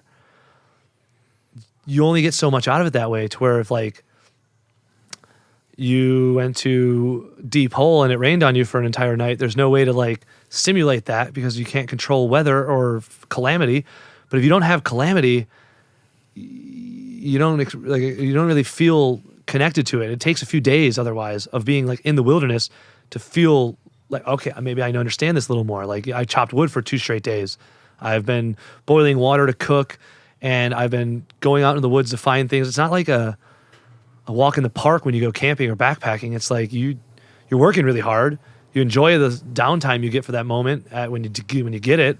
For the most part, it's really hard. A lot of problems happen. You sprain your ankle, you cut your arm, you boil your hand off, or I don't know, something sucks. You always get hurt camping. Yeah. Because you're out, the stuff it's rough. Yeah. You slip, you stub a toe. You sleep on the ground and your back hurts in the morning. I slept on the ground on that night we slept in deep hole, and Trevor had an air mattress and I didn't, and I just slept on 2 blankets, and I woke up and my hip right here was sore for 2 days. Yep. No bruising, it was just sore for 2 days. Yeah, it's achy. But it's fine. Yeah. I'm a person. But if I camp and I'm out there for 3 days, I wake up like that, and within 5 minutes, it's all gone because you have to stretch out, because it's not like you go to your coffee machine or your magical pourer you go and like start a fire. Yeah. And then you have to go get your camp stove out and do all your stuff that's up in a bear box, because it can't just be in your bag in your tent like people think you could. No. It's got to be all hidden away. And Yeah. like, it's a hard life. Well, And we woke up to a bunch of really loud, intense coyotes howling at like 5:45 a.m. Yeah. And I couldn't fall back asleep at it. And they were close by. Yeah. And there's no cell phone service. There's nothing. You're just like, there's no electricity. It's just like all your whatever safety happens. nets are gone. Your blanket's not on. You're just like, you're on your own. Yeah. I got to survive right now. And like, well, I've taken Michelle on some really weird, bad scenarios probably that we shouldn't have been on. But like, if you get in a life or death situation, it like, you puts everything else in perspective, and not like your life flashed before your eyes and you saw the future and the past and all this other stuff. And now I want to be a ballroom dancer. It's like, you don't take solid ground for granted when you're slipping away on shale somewhere on the side of a cliff. Like, there's that moment where you have to have shit hit the fan to really understand that you're out there on your own. What's the most for you, the most intense one you've ever experienced with all the camp? Because you've camped everywhere, right? Yeah, I've camped a lot. Yeah. We were in, don't do this, dog. This is clean audio. Clean. Me and her, this is the same hike I was just talking about. Yeah, sure. She and I were on this, one of the last few hikes in Yellowstone, I think. Don't bark, just sit. You're gonna be cute again, remember? She and I went out with our other couple friend that we had known from out there, and we went out on this seemingly easy trail, and it was supposed to be easy, but like most things in life, I don't like the trail. I want to find my own way. And we went off the trail onto this, so it's switchbacks up this cliff, and it's a pretty steady cliff, but it's not something you couldn't slide down. It's not a sheer rockfall. The rockfall was after that slide area, and we went off to the edge where we saw that cliff, and we're like, oh, this is really cool. Our buddies, we thought, stayed on the trail, and they did. They went up one more switchback, and then they got off the trail too. So I was like, all right, where's the trail? I think it's back that way. And I yelled out to him, and he's like, yeah, we're here. Oh, we can go straight up right here. We'll get right to him. We don't have to go back on the trail here and do all the switchbacks. So we just took the hard route, we thought, and we went straight up to him, and I got to him, like, oh, sweet, where's the trail? He goes, oh, we left the trail. I don't know. So what? And now at this point, we are kind of like lost on the side of a mountain. I could backtrack, probably have got us there, a good sense of direction, but my buddy's like, it's this way. All right. We blindly follow. We're like, this isn't a good idea, but we still do. And we get out there, and it starts getting a little sketchier, and now we are on a wall that when you're standing in, shale. Mm-hmm. It's like all the broken little slate rock that breaks off. It's a huge slide of that. And when we're walking across it for some reason instead of around it or up above or down. And when you're stepping, you're sinking in, your feet are under rock, right? And your hand is on the wall like this. So that's how close the hill is to you while you're walking on the hill, and it's that steep on the bottom of you. And I'm stepping in his steps that his girlfriend just stepped in, and Michelle's behind me stepping in my steps. And because he's already stepped there, she's already stepped there, I just stepped there and it slides out more. So then Michelle gets on and it slides out more. And we're going 50, 60 feet at a time before we get to a tree on this stuff. And if you start slipping, you have to dig in. So you're like putting your arms and your legs and your body in it so it stops sliding out. Your gravity's sort of on the wall. And then you're digging yourself out to keep going. So I'm like knee deep, elbow deep in shale. And I'm in sandals. Michelle's in sandals. We thought it was going to be an easy hike. We were like, oh, we've been out here for months. We're okay. And we know at the bottom of this drop off, it drops another like 300 feet, 400 feet. Like this is like the middle of the trail still already. Like we're way up here. And it doesn't go down to a flat spot to stop. It literally falls off. So we're like, we can't fall. You can't slide down. You can't just go. And Michelle's crying. I'm trying to keep it together, telling her like, we're going to be okay. Don't worry. Keep going. And they're not stoked. We're like trying to figure out. We're all in a near panic. And we could see the trail switchbacks below us. The switchbacks had ended long before I met up with them, I guess, and gone around the backside of the mountain. We were up on the spot that the trail couldn't hang on. That's where we're up on. And we had to get down to the trail now. And instead of going backtrack like we should have, we're like, well, let's just go down to it. So we're finding downed trees that are rooted in this shale that we can all jump on and ride them down, kind of like we're crawling down trees that are just branches holding them in a slide rocks. I don't know. It was insane. And I was pretty sure we were dying that day. Yeah. That one was pretty bad. And then the other worst time I had was before I met her.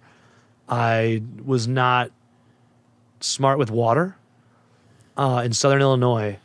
And I walked 10 miles more than I expected that day and 10 miles more than I expected the day before. It was supposed to be a 5 mile into camp, 5 mile out to camp, super easy, just trial run for our backpacks. So I double packed, except water bottles. I didn't pack any water bottles. I packed like 4 plastic disposable bottles that I was going to refill, I guess. I thought my buddy had plenty of water. I didn't. We were walking through the woods, met some dude who was walking across the country, Atlantic to Pacific with no rides. And it was the 4th of July. And he hadn't walked with anyone else in months. One day in 4 months, he walked with someone else, and then he walked with us. So he's a little loony, and he was nice, but we had an interesting day, and we walked 15 instead of 5 miles, and we never found the second water source until the end of the day. And at that point, I was so far dehydrated that I couldn't eat anything. I couldn't drink anything. I was just like, nothing would stay down. I was vomiting. It wasn't good, and we still had to get back to the car. And we knew where water was the next day, and we found a spot to fill up, and I tried drinking something I couldn't. And I was near passing out on the trail, but we got to the final like water spot right before we got back to the car, and I finally was able to like take down water and like drink. But I was like moments on that where I was just like, I'm going to fall over right now. Like there's no way. I couldn't stand up. I was like struggling to walk, and I wasn't going to drop any of my gear. So it was rough.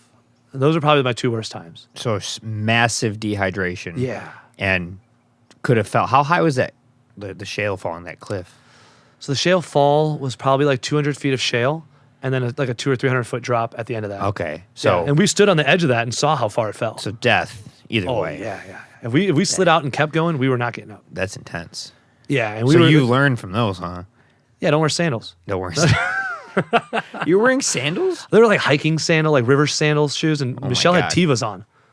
Tevas in that. So like she's knee deep in shale rock trying to cross over this all cut area. Up. Can't remember if we got all cut up. I think we had pants on. Maybe. We wore pants out there a lot. It snowed in the summer there. So for those listening, you had an alligator story you were telling, or a crocodile. Yeah, alligator story you were talking the other night.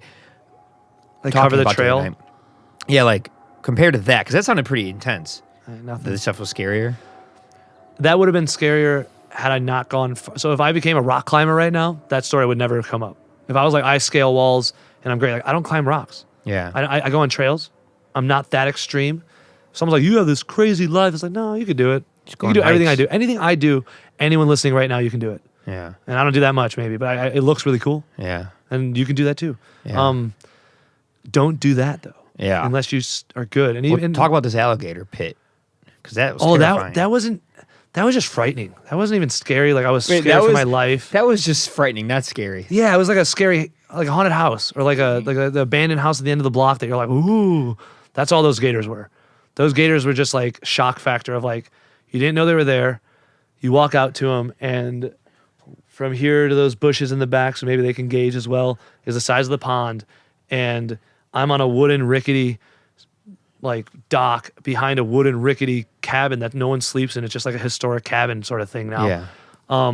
And it's 2:30 in the morning, and our headlamp goes on, and there's 300 eyes, 250 eyes. There's a crazy amount to where they're on top of each other, and like you can hear them splashing, trying to get out of each other's way. They're up on the shore. We leave, we come back. Now they're on the dock, and it's just like, where is this at? The Fakahatchee Strand Preserve, I think is the name. Most alligators you've ever seen. Me, yeah. I'm sure someone else has like, that ain't nothing, boy, sort of story. But like, dude, that was in the beginning of me hiking out here. I said I didn't hike for like 4 or 5 years of living here. I Right. did not hike. Too scared. Well, when we went on the hike the other day in these beautiful salt beds, by the way, that was one of the coolest hikes ever. Not a lot of people get out there, so you know. You Yeah. saw the footsteps. Not many people. There was none. Yeah. We got to the point Us. where we were tracking a bobcat and a coyote, possibly, or a possum, or It was a or bobcat raccoon. and a possum for sure. And that was fun, but it was also a great walk because it was so soft that you felt. I feel like I could walk that all day. That was a horrible Florida hike to tell you what a Florida hike's like because that's like an anomaly. Yeah, it I've was never great. experienced that anywhere else here. It was great, but like I had you to guide me. But when I asked you, the funniest thing, I was just like, "What about the snakes around here?" And you're like, "Yeah, we don't talk about that." I don't like snakes. My buddy loves snakes. It's not that I don't. It's not that I like snakes, but I'm used to the gardener snakes by us, and they don't scare me at all. Because You saw one on the road today. Here. I did. That's our black racer. It's the same thing. Yeah, they're harmless, so like they Yeah. don't really scare me. However, I have seen snake pits in my backyard, and that was terrifying. One time behind my in my garage, I moved the refrigerator, and this was some like beyond fear factor type stuff. Like I Yeah. moved it, and it was a cesspool, a pit, hundreds of snakes, Mating. and they were all in a ball, and they just scattered everywhere, and it was unreal. It was disturbing. It was probably, I think it's like one female and a bunch of males do that. I think that's what it is. Caught me off guard. I was not expecting to see that in my garage, and then it happened again behind the garbage cans on the side of the garage twice, and it was disturbing. You should be a cleaner person, Ben. I've never seen it since, but man, that freaked me out. So, but they don't. It startled me, not freaked me out. It startled. Yeah, me. I'm not like, oh. Yeah. I just don't, they might get me. Like, it might be like a oh shit moment, and then, okay. Have you had any close calls with all the hikes in Florida with gators or snakes or anything poisonous like that? I've had a gator, like, come out of the water where I didn't expect him to be, or I didn't think he was anymore, and then, oh, there is one there. And How that, like, close? a small little pond, so it was, like, within 25 feet. Oh, but, like, okay. that's not, I wouldn't even call him scary. He startled me because I thought it was empty. Yeah. That's it. Yeah. You know, I'm not really that scared of gators. Snakes, I don't like. I'm pretty scared of them. Yeah. But it's because I'm very ignorant to snakes. I have no idea. Can they bite through my pants? Yeah. I don't know. Which I don't one's want to find which? out. I kind of know which one's which. I found out okay. it's like the head shape is what you're worrying about usually. And then like there's the coral snakes, you worry about color. I don't know the rhyme, so I don't know the colors. But if they're colorful, I don't mess with them. What about the spiders? They don't exist to me. I don't know. We have spiders. We have a lot of spiders, but like I don't have like an issue with spiders. Are there poisonous ones down here? Yeah. Though? Yeah. Yeah, there's some, but not that I have to encounter. I think banana spiders might be. Black widows. The banana spider, I think, is an orb weaver like the black widow, Oh, and okay. it might even have an hourglass on it like the black widow, but it's not as venomous for us, I don't think. She just wants to look outside. There's a dog over here, I promise. The worst where I run into the spiders was out west, like in the desert. I ran into black widows. Those are scary. Because again, I don't know about them. Yeah. Here, the banana spiders stay up in trees, so if you don't look up, you don't notice them, and they strategically aren't on. They're on trails. I run through them. If you're the only person walking these trails, I don't like them. And my buddy Frank, who walks with me all the time, he's a photographer in all my videos and stuff. He's taller than me, and I let him go first. He's also a lot braver and from Florida, so Why would they come down on you and stuff? no. If he's a taller walking in front of me, he'll get all the Oh. webs. I don't even notice it. Yeah. So you get to avoid it all. It's like usually like an hour into a hike. We're walking through like a thick woods area, like a tighter trail. Hey, now. Don't do this thing with your mouth. Oh yeah. Hey, yo, tough. It's usually like an hour in, and then I have to like take front at some point. I'm like, oh, there's webs. He goes, yeah, I know. And like he had been going through them for hours. It's been going through hours. Yeah. So you've become kind of like numb to the South Florida nature, animals. I got my limits here still. Yeah. But yeah, I'll walk. He brought me in like some. It's all him. I never would have done it on my own. It's way too scary to me. Like before he showed me, it's not that scary. Yeah. But like, yeah, we walked through water. We're walking through swamps. I saw that in the Yeah. videos. It's crazy stuff. Those are scary. What about, those seem scary because like, what is in there? There's moccasins, there's alligators, I don't know, lions. Who knows? I don't know. It's tigers, like, and bears. What yeah. about, so I remember the story you told about the Everglades and the python issue. Yeah, there's pythons. Do they ever make their way over here at all? There might be pythons around here. I don't know. If we could find them, they'd be gone.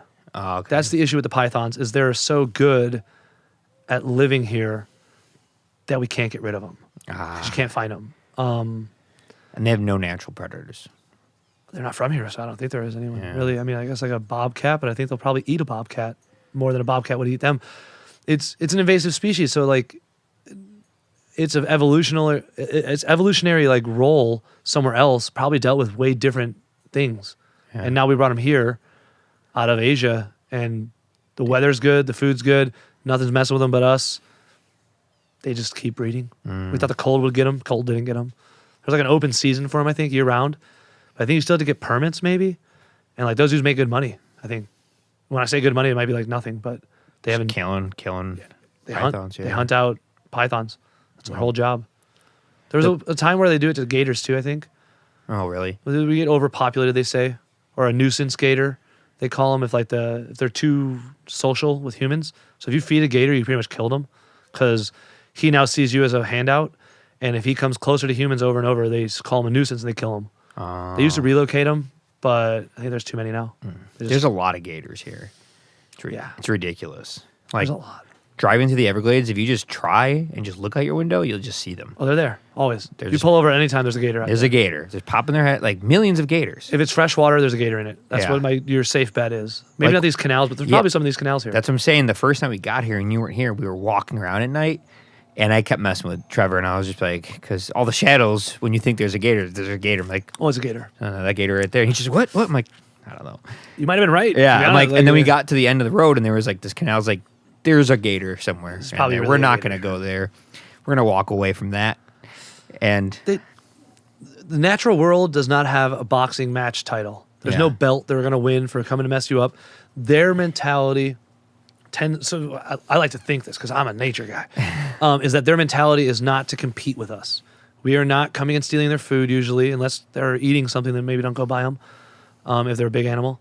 But they're not really here to like take territory over us. We can enter their space and then they're like, yo, you're too close. But if you're just out in the wild, I've never really encountered any problems where like an animal's like, I want to mess you up. I guess I haven't dealt with that. So maybe that is a thing that I will learn hopefully with my life one day. you don't want to learn that way, though. No. You ever bring like a weapon when you go in those deep forests? spray. Bear spray For humans. for humans. What is that again? I don't know. Bear spray is like, I probably can grab one in a second. I have a bunch around my house. It's like a tactical mace that will deter a bear from attacking you is their hope. And it'll shoot like from here to, they can't see it, but like the door over there. So you said for humans, though. Yeah, I don't, like I said, I've never had to discharge one. No animals ever mess with me. I've met more crazy people that I was like, let me keep this bear spray That's what I'm saying. close. People are scarier than animals because Yeah. animals are just trying to survive, and most humans are not food to them. They're just No. not. Well, and out west, they tell you to go in certain numbers, and that's because they're not going to pick off 4 people, and they know if they go at one of us, the rest of us might have the dexterity to like injure it, and if we injure it, another bear's going to kill him eventually. And now he's dead. Yeah. You know, like they come out from it. Where humans are smart and they're much scarier because they can manipulate stuff and they can have weapons. An Way scarier. An animal's way of showing like aggression. Usually, there's like a physical thing, and also like a lot of them make noise. We can make really loud, weird noise at different pitch, and we can handle it. Maybe not to the pitch they can, but we have a huge range. Yeah. You can probably scare them. You can find the noise they don't like. You know, there's some noise they do like and don't like. You're a trained ear. Maybe you can find it. So I should bring an oscillator that could just scream when I go camping. And a trailer with a Victoria speaker. They don't like just that. find the right pitch that gets to them. That's so funny to think about. I don't know. I mean, I'm not a scientist. I have no idea of any of this. I have one encounter with a bear in my life, and it was, thank God I was like 14 because it was really stupid. Oh, God. I was camping in Tennessee, and we went on a hike. Black bear, nice. Yes, and I was coming back, and I was the first one down from the hike because I'd always like try to race everybody. And I was Of the course. first. Yeah, I was the first one down, and I saw a black bear on the trail, small, probably 50 pounds.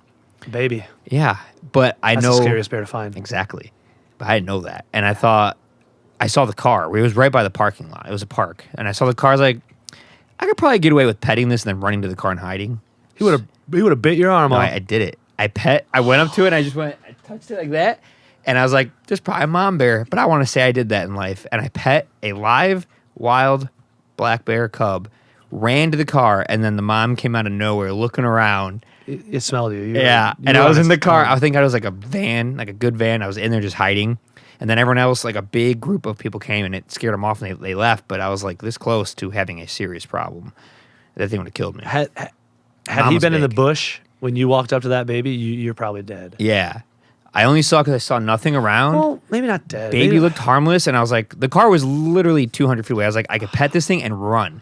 And I did that. I pet it and I ran. I had the keys. Okay. Because I knew it was going to be the first one there. And I went in, got in, locked the door. And I was like, I can't believe I just did that.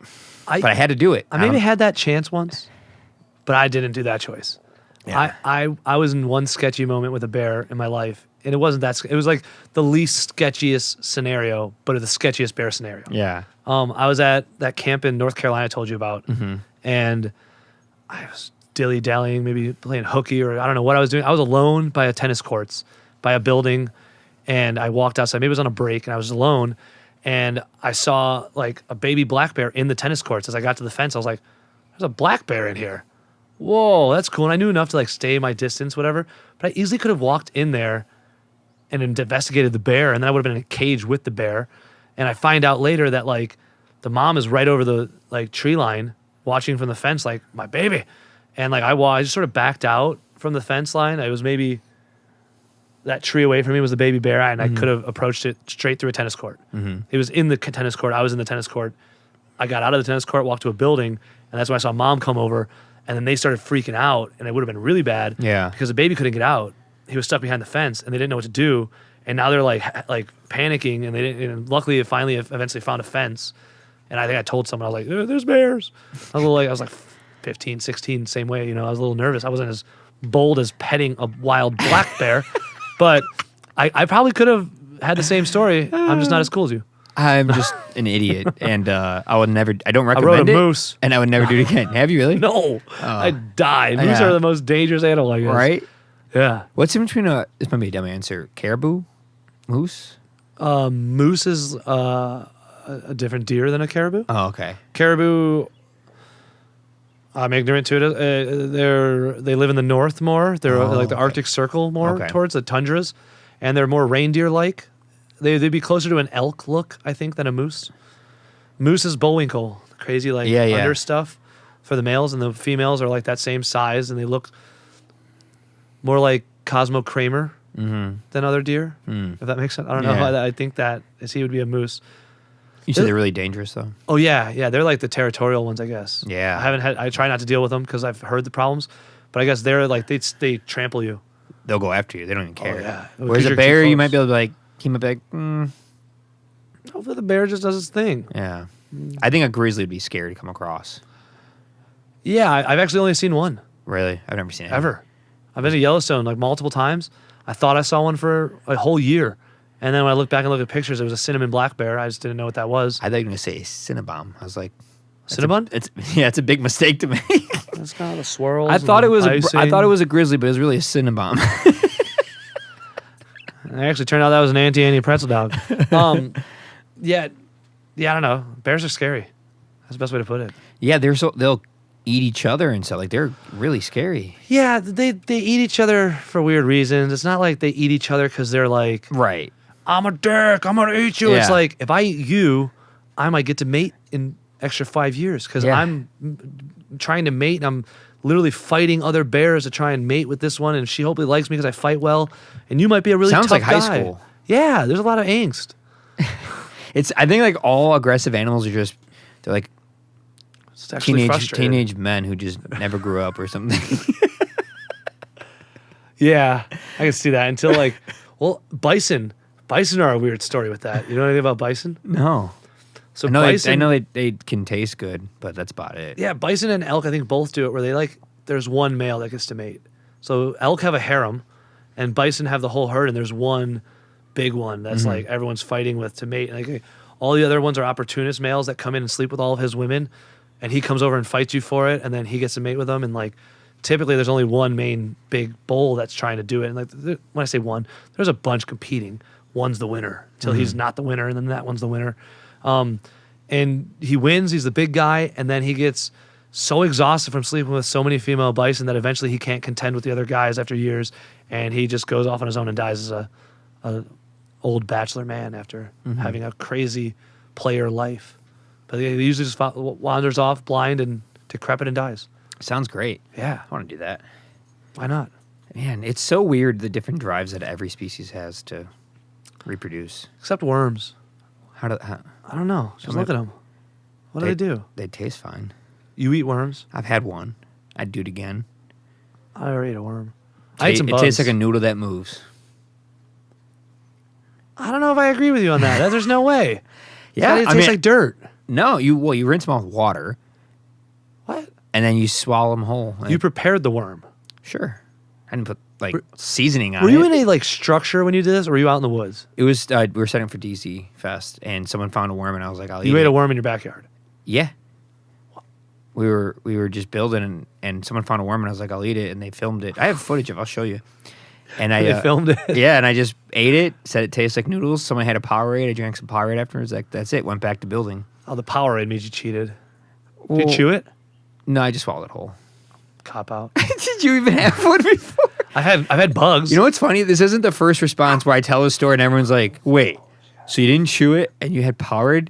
You didn't eat it?" I was like, I don't know anybody who has that story, but why is it that people question I've eaten the a fact lot of that I ate bugs. a worm? No, I didn't say bugs. I've eaten a lot of bugs too. I used to eat spiders in people's houses just to prove to them that they're not scary. So people, That's so evil. You are a sinner, Ben. I don't do it anymore. Also, think about how many spiders die just doing stuff in life. Driving, the amount of bugs you've killed just driving around. You eat bugs and you Mowing sleep. the grass. Someone said they debunked that, but I think they're just trying to save people. I don't think you eat bugs when you sleep because the vibrations from your mouth scare them and the mucus from your mouth deters them, and that's what we have them. Same thing with your ears. You have Same mucus thing. in your mouth? Yeah. Saliva? Saliva. That's what I meant to say. I don't know why I said mucus. That's mucus. Your orifices have these things to defend against things going into them, and it All works right. very well. I'm sure in certain parts of the world, the bugs are so aggressive, maybe it's a problem. But like where we're from, I think it's not that bad. I've never had an issue ever of a bug going How would in you my mouth. know? You would wake up if a bug went in your mouth. Daddy Longlegs crawls in your mouth. You think it's like, oh, it's so heavy. I can feel it on my tongue. I think your mouth is so sensitive that it's going to twitch. You're going to wake up from something going down your throat. Have you ever woke someone up Going by down your like, throat while you're sleeping, you're going to wake up. You wake up choking. You're definitely going to wake up. so when you ate a spider, Yeah. how prevalent in your mouth was it once you put it in your mouth? Do you even notice them there? You just chew. You one bite down, one bite to kill, and you swallow. Ants are the easiest, but ants have a weird What a like rabbit hole. sour. I didn't even ask about ants. You're moving into other species of insect. Well, ants are an the arachnid. least freaky to eat, and they have a weird, zesty, like sour flavor to them. That when you eat them, Why'd you eat ants? just again to prove that it's not a big deal. It's not a good reason. People, you be around someone, and they'd be like, "Oh my god, a bug!" I'm like, "No, it's not gonna hurt you. See, that's fine." And they're just like, even worse, it's not. That doesn't help because now they're like, "You're gonna hurt me."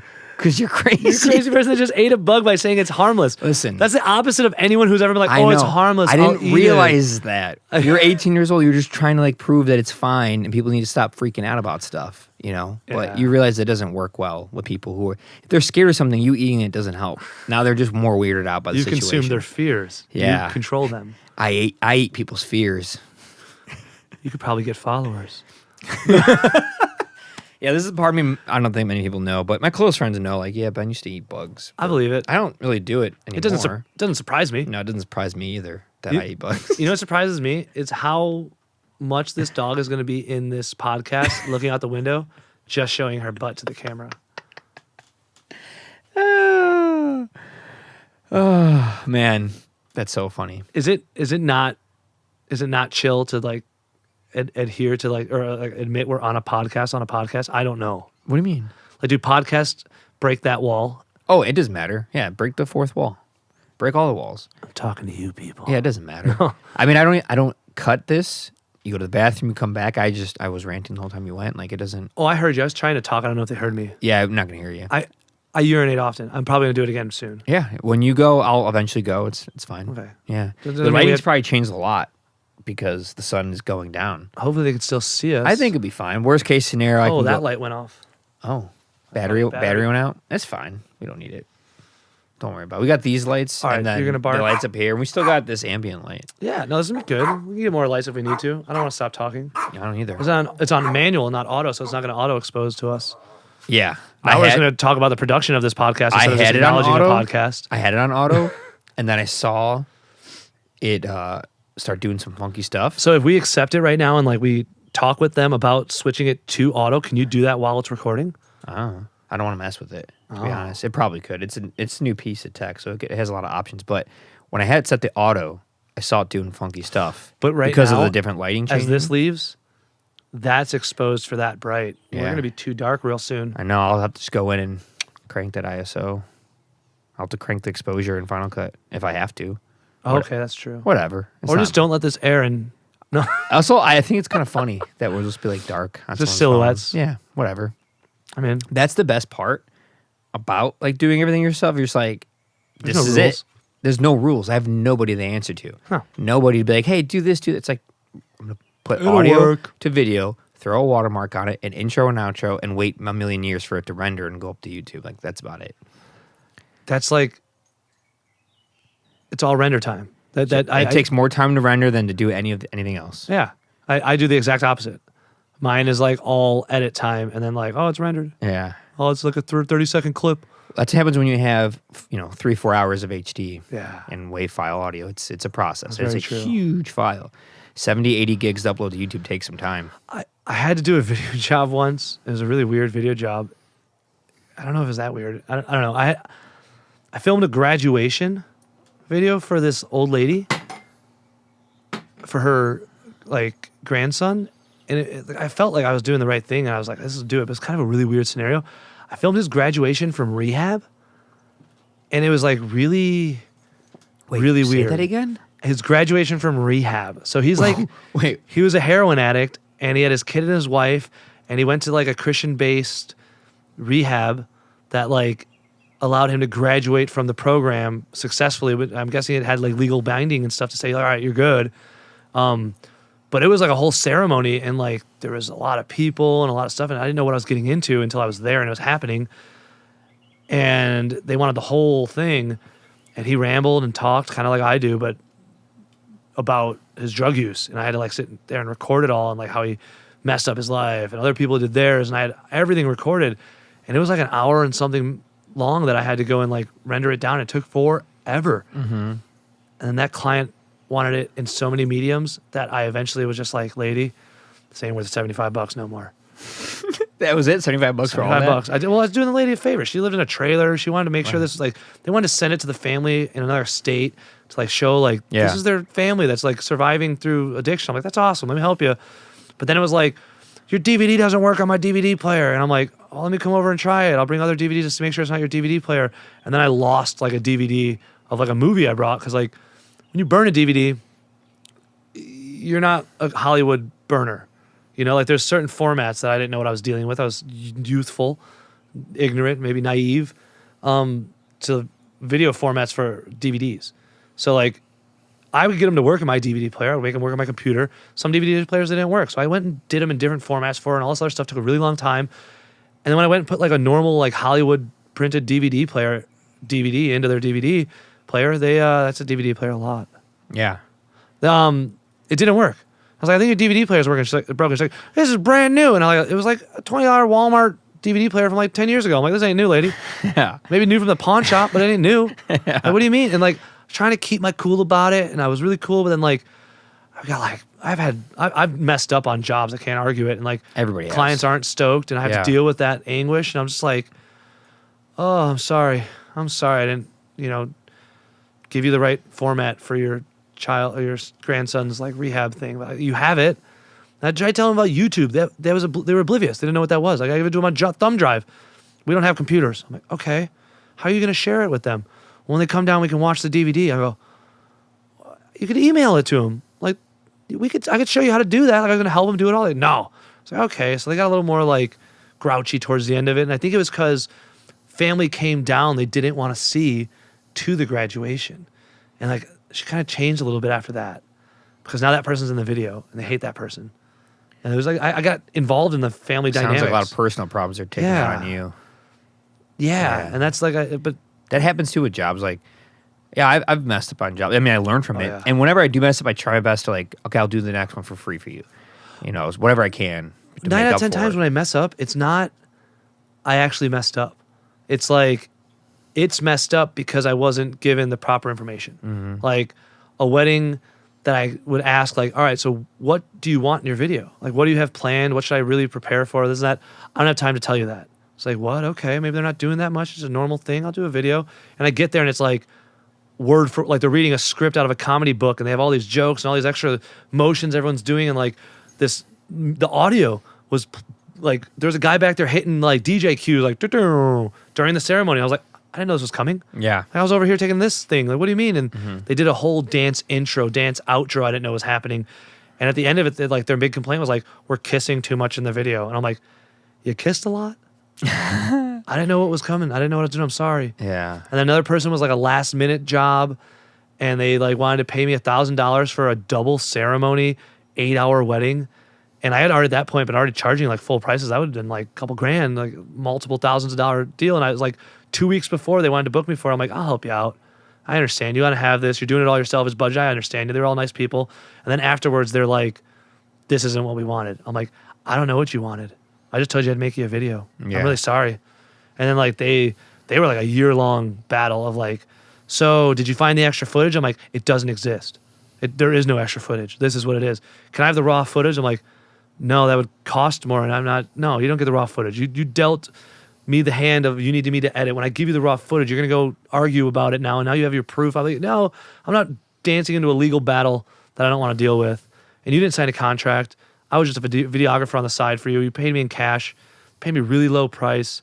I got you an awesome video, mind you. It was a great video for having no idea what I was getting into. Like, it wasn't a double ceremony like the Christian side and the non-Christian side of the place. It was a Laotian wedding, which I didn't know was like super ceremonial. Like everything is like you're having everyone come up to do something to the bride and groom. They're sitting in like traditional garb, all this stuff. There's a priest or whatever they call them there.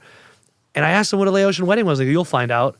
That was the words I got is like how to film it. I had no idea what I was getting into. It was they centered out an entire dance floor and the whole ceremony took like hours. Yeah. I didn't know what I was getting into. And that person was not stoked. And I was like, dude, I don't know what to tell you.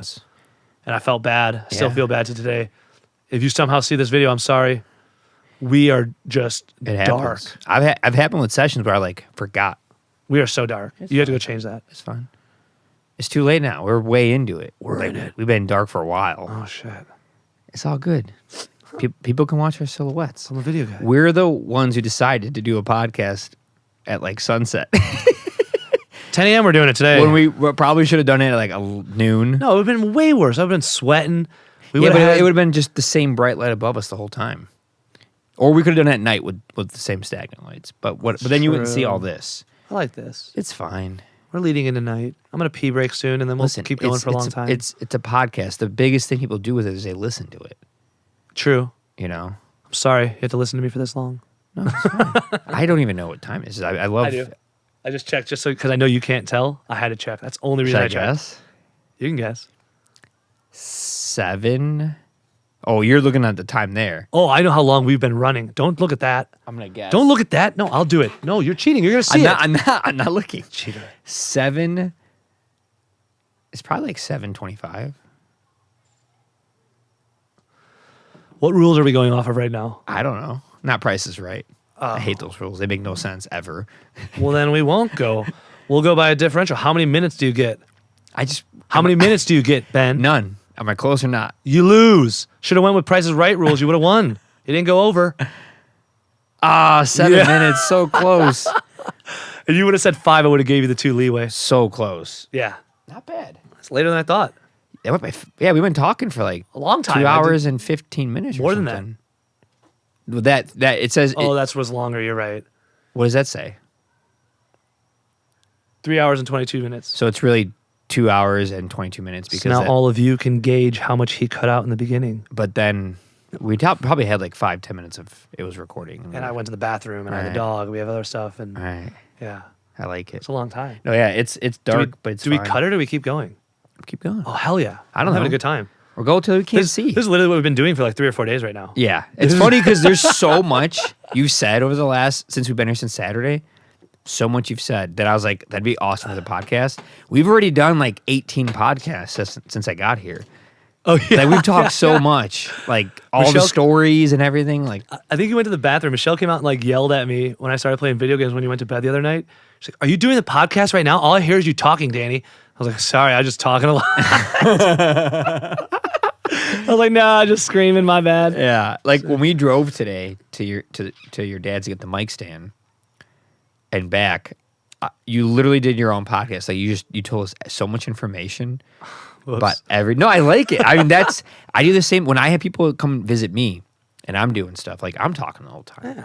That's just the way it is. And I like to listen. I talk a lot, like all the time. That's why I like talking with you, Ben. Yeah. I sometimes do what you're trying to do now. Is just sit back. Yeah. I'm not good at it. Yeah. Obviously. It depends on the context. Sometimes I like to just sit here and listen. When it's someone telling a story, I try my best to just like sit there and take it in. Just listen to it, learn from it. Yeah. That's been the biggest thing from this podcast, talking to the different people. Because it was for a long time, it's like you can relate to this. You just meet people and you open up these doors, you meet people, and you're like, man, I wish like I had that recorded so other people can hear it. These stories are amazing. That story's crazy. Your story's crazy. That story's crazy. Yeah. I wish other people heard these stories. Like That's why you're doing this. That's why I exactly take why I'm photos. I doing do it. video. It's like Exactly. you're hoping someone else can hear this conversation. Yeah. It's sweet. Yeah. I feel a little scared now that you're saying I'm one of those people. No. No, They can hear you always everything? have been like, I've always been just like, yeah, my friend Danny, he's when I say crazy or weird, I mean in a term of endearment. Like, Me just, too. yeah, he's crazy, he's weird, like he's cool, he's Yeah. good. Yeah. Like I don't want to say like, yeah, he's just normal He's a dude. and he like sits there and he does normal things. I don't do that often. I don't know what that is. I maybe do that now more than ever, but like I don't do that often. not. I mean, you just got back from camping in snow, Yeah. in the middle of nowhere. And in days of Vegas debauchery all at one. Yeah, Yeah. and then now we're walking on these hikes in South, Florida, Southwest. Southwest. Some Miami person's like, that's not South Florida, bro. Southwest Florida. And the food, Cuban. Cuban food, seafood. Oh yeah, It's we had the different. seafood. It's different Everyone got a having it shit all ton of shrimp. fresh. Yeah, I had a lot of shrimp. Lobster, grouper. Good. Yeah, Florida has its perks. It has its downsides. Like you're saying, there's a lot less, like, there's no big music scene for me to get into. There is, but it's not, like, really what I'm It's into. a different DIY underground art scene. It's very different. You went to Nice Guys. They throw shows there. Yeah. There's a bar across the street called The Palace. They throw shows there that are really good. Yeah. Tampa has a good scene. Miami has a good scene. They sort of bleed over into here. I'm sure there's great bands here. I just don't go out. I really don't. I sit here. I go camp. I go hike. I sit here. I leave here. And then I go out. But I don't really go out here much. We like the weather, the winter weather. Yeah. Can't argue with not cold. Yeah. It's cold right now. I'm getting chilly. This as is we cold. speak. I've been sweating this whole time. I was, and now that it's cooled down, I'm like, maybe I'm I'm like- like blanket. I'm still sweating because I'm nervous, but like, Why are you nervous? 'cause I'm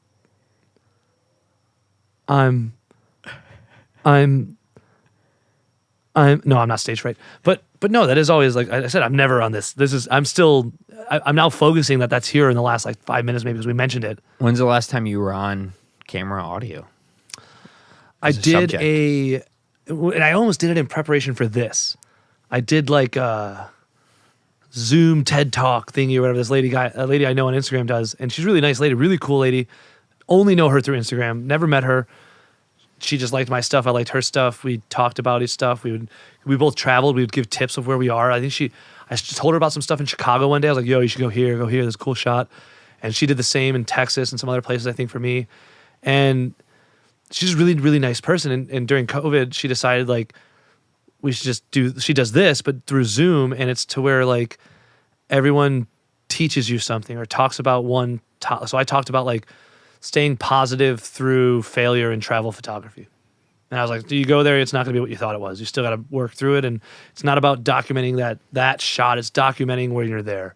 If it's not this, that's what you document still. And like how logistics help. Like if fallbacks always help. And then I went into some video editing stuff and just talked for, I don't know, hour or two on a Zoom call with like a chat room asking me questions and stuff. So it was pretty cool. That's cool. I wore the same shirt there.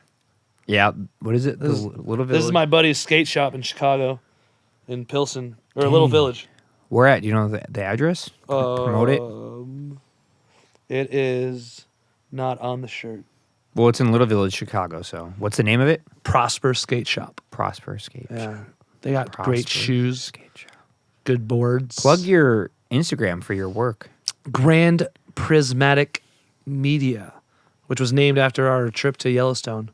They have the Grand Prismatic Spring there, which you've seen, but you don't know if you don't know. But it's like the blue to orange, yellow, crazy.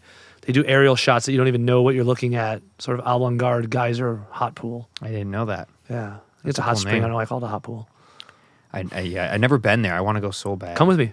Let's go. Should have went last year with Tomorrow? me. Can we do next week?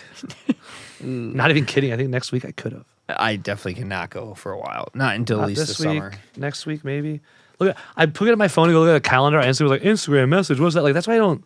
That's like why I them. put it down. I Yeah, I haven't don't like looked at those. it. Like at home, I try to do the podcast where I could see the time on the clock of the recording, but that's it. I try not to look at the phone. Yeah. It just gets distracting. You see notifications and emails. And I had no idea we're that long until I looked over and saw it at like me neither. 3:21. Me neither. Yeah. That's what happens when you're just engaged. I Just mean, I've going. been pretty much looking straight at your eyes for like 2.5 hours straight, you know? I tend to look at your beard. Yeah? That's a good spot. Yeah, you like it? No, I've been looking in your eyes too. I gaze deeply. I've been enjoying the animals and the bugs and the nature behind us. It's going to sound good on mic. It's not loud enough. This is my favorite part of outside stuff. That's why I record stuff outside if I can. I like the raw outside. It's just with the controlled lighting, it's tricky. You Yeah, we're so dark that I'm gonna go pee and you're gonna change the settings so this isn't completely know? No, washed. I'll just change it in post. It's just what it is. No, you can't. I'm telling you right now. No, I know you're right, but it's too late Well, I'm gonna go pee. because we're right by probably the towards the camera. end. I told him 8 o'clock ish. You know, that's around 3 We're gonna hours. stop it then. No, we're not gonna stop. Wait, At eight- what? We're gonna stop at 8:00. Ish. All right, so let's go get 3 the last hours. 30 minutes of this with where you can actually view it. You think? You so? understand? You're interviewing a guy who does video. No, and no, we're doing I see shitty it. video. I'm looking at This it. hurts. Listen, This it's hurts. the fault of us waiting 4 extra hours to start. But that doesn't matter. You don't go. Oh, I'm at defeat. Fine. When do you ever admit defeat? I'll go fix it. I'll go do it. I'll go figure out your camera right now without you. I'm gonna go fix I'm gonna it. go pee. You go to pee. I'll fix it. Look at it now. You can see me right when I get close. Oh shoot. You're gonna change your ISO. Yeah. I have this literally the same camera set up on another body. All the same buttons. Legit same exact buttons. I love Sony.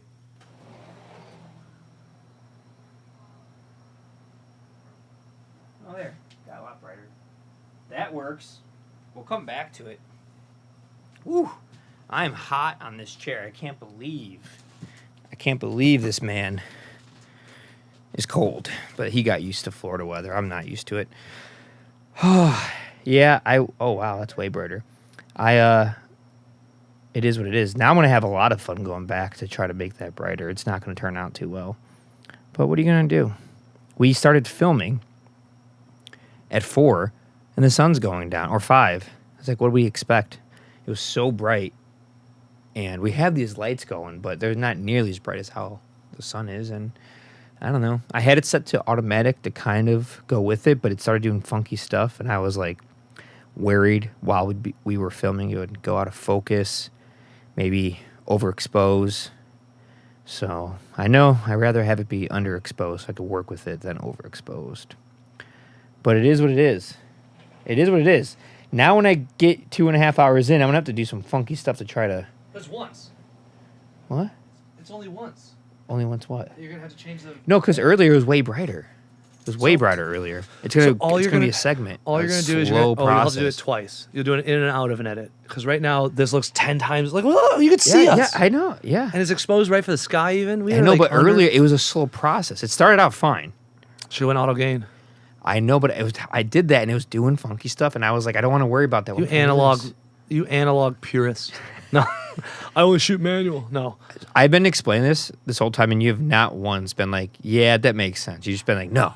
I No. can't agree with you. But does it not make sense that it was bright when we started?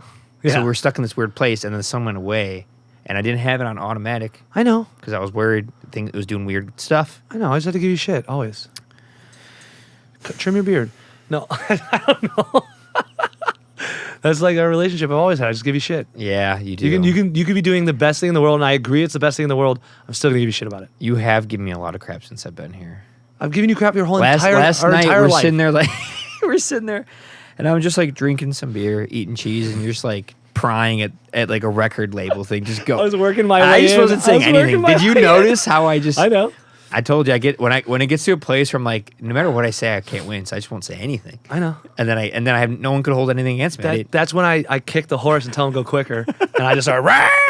I use a cowboy reference, you know. She's going nuts about those dogs. I know. There's another dog out there in the back right now. She wants to get at.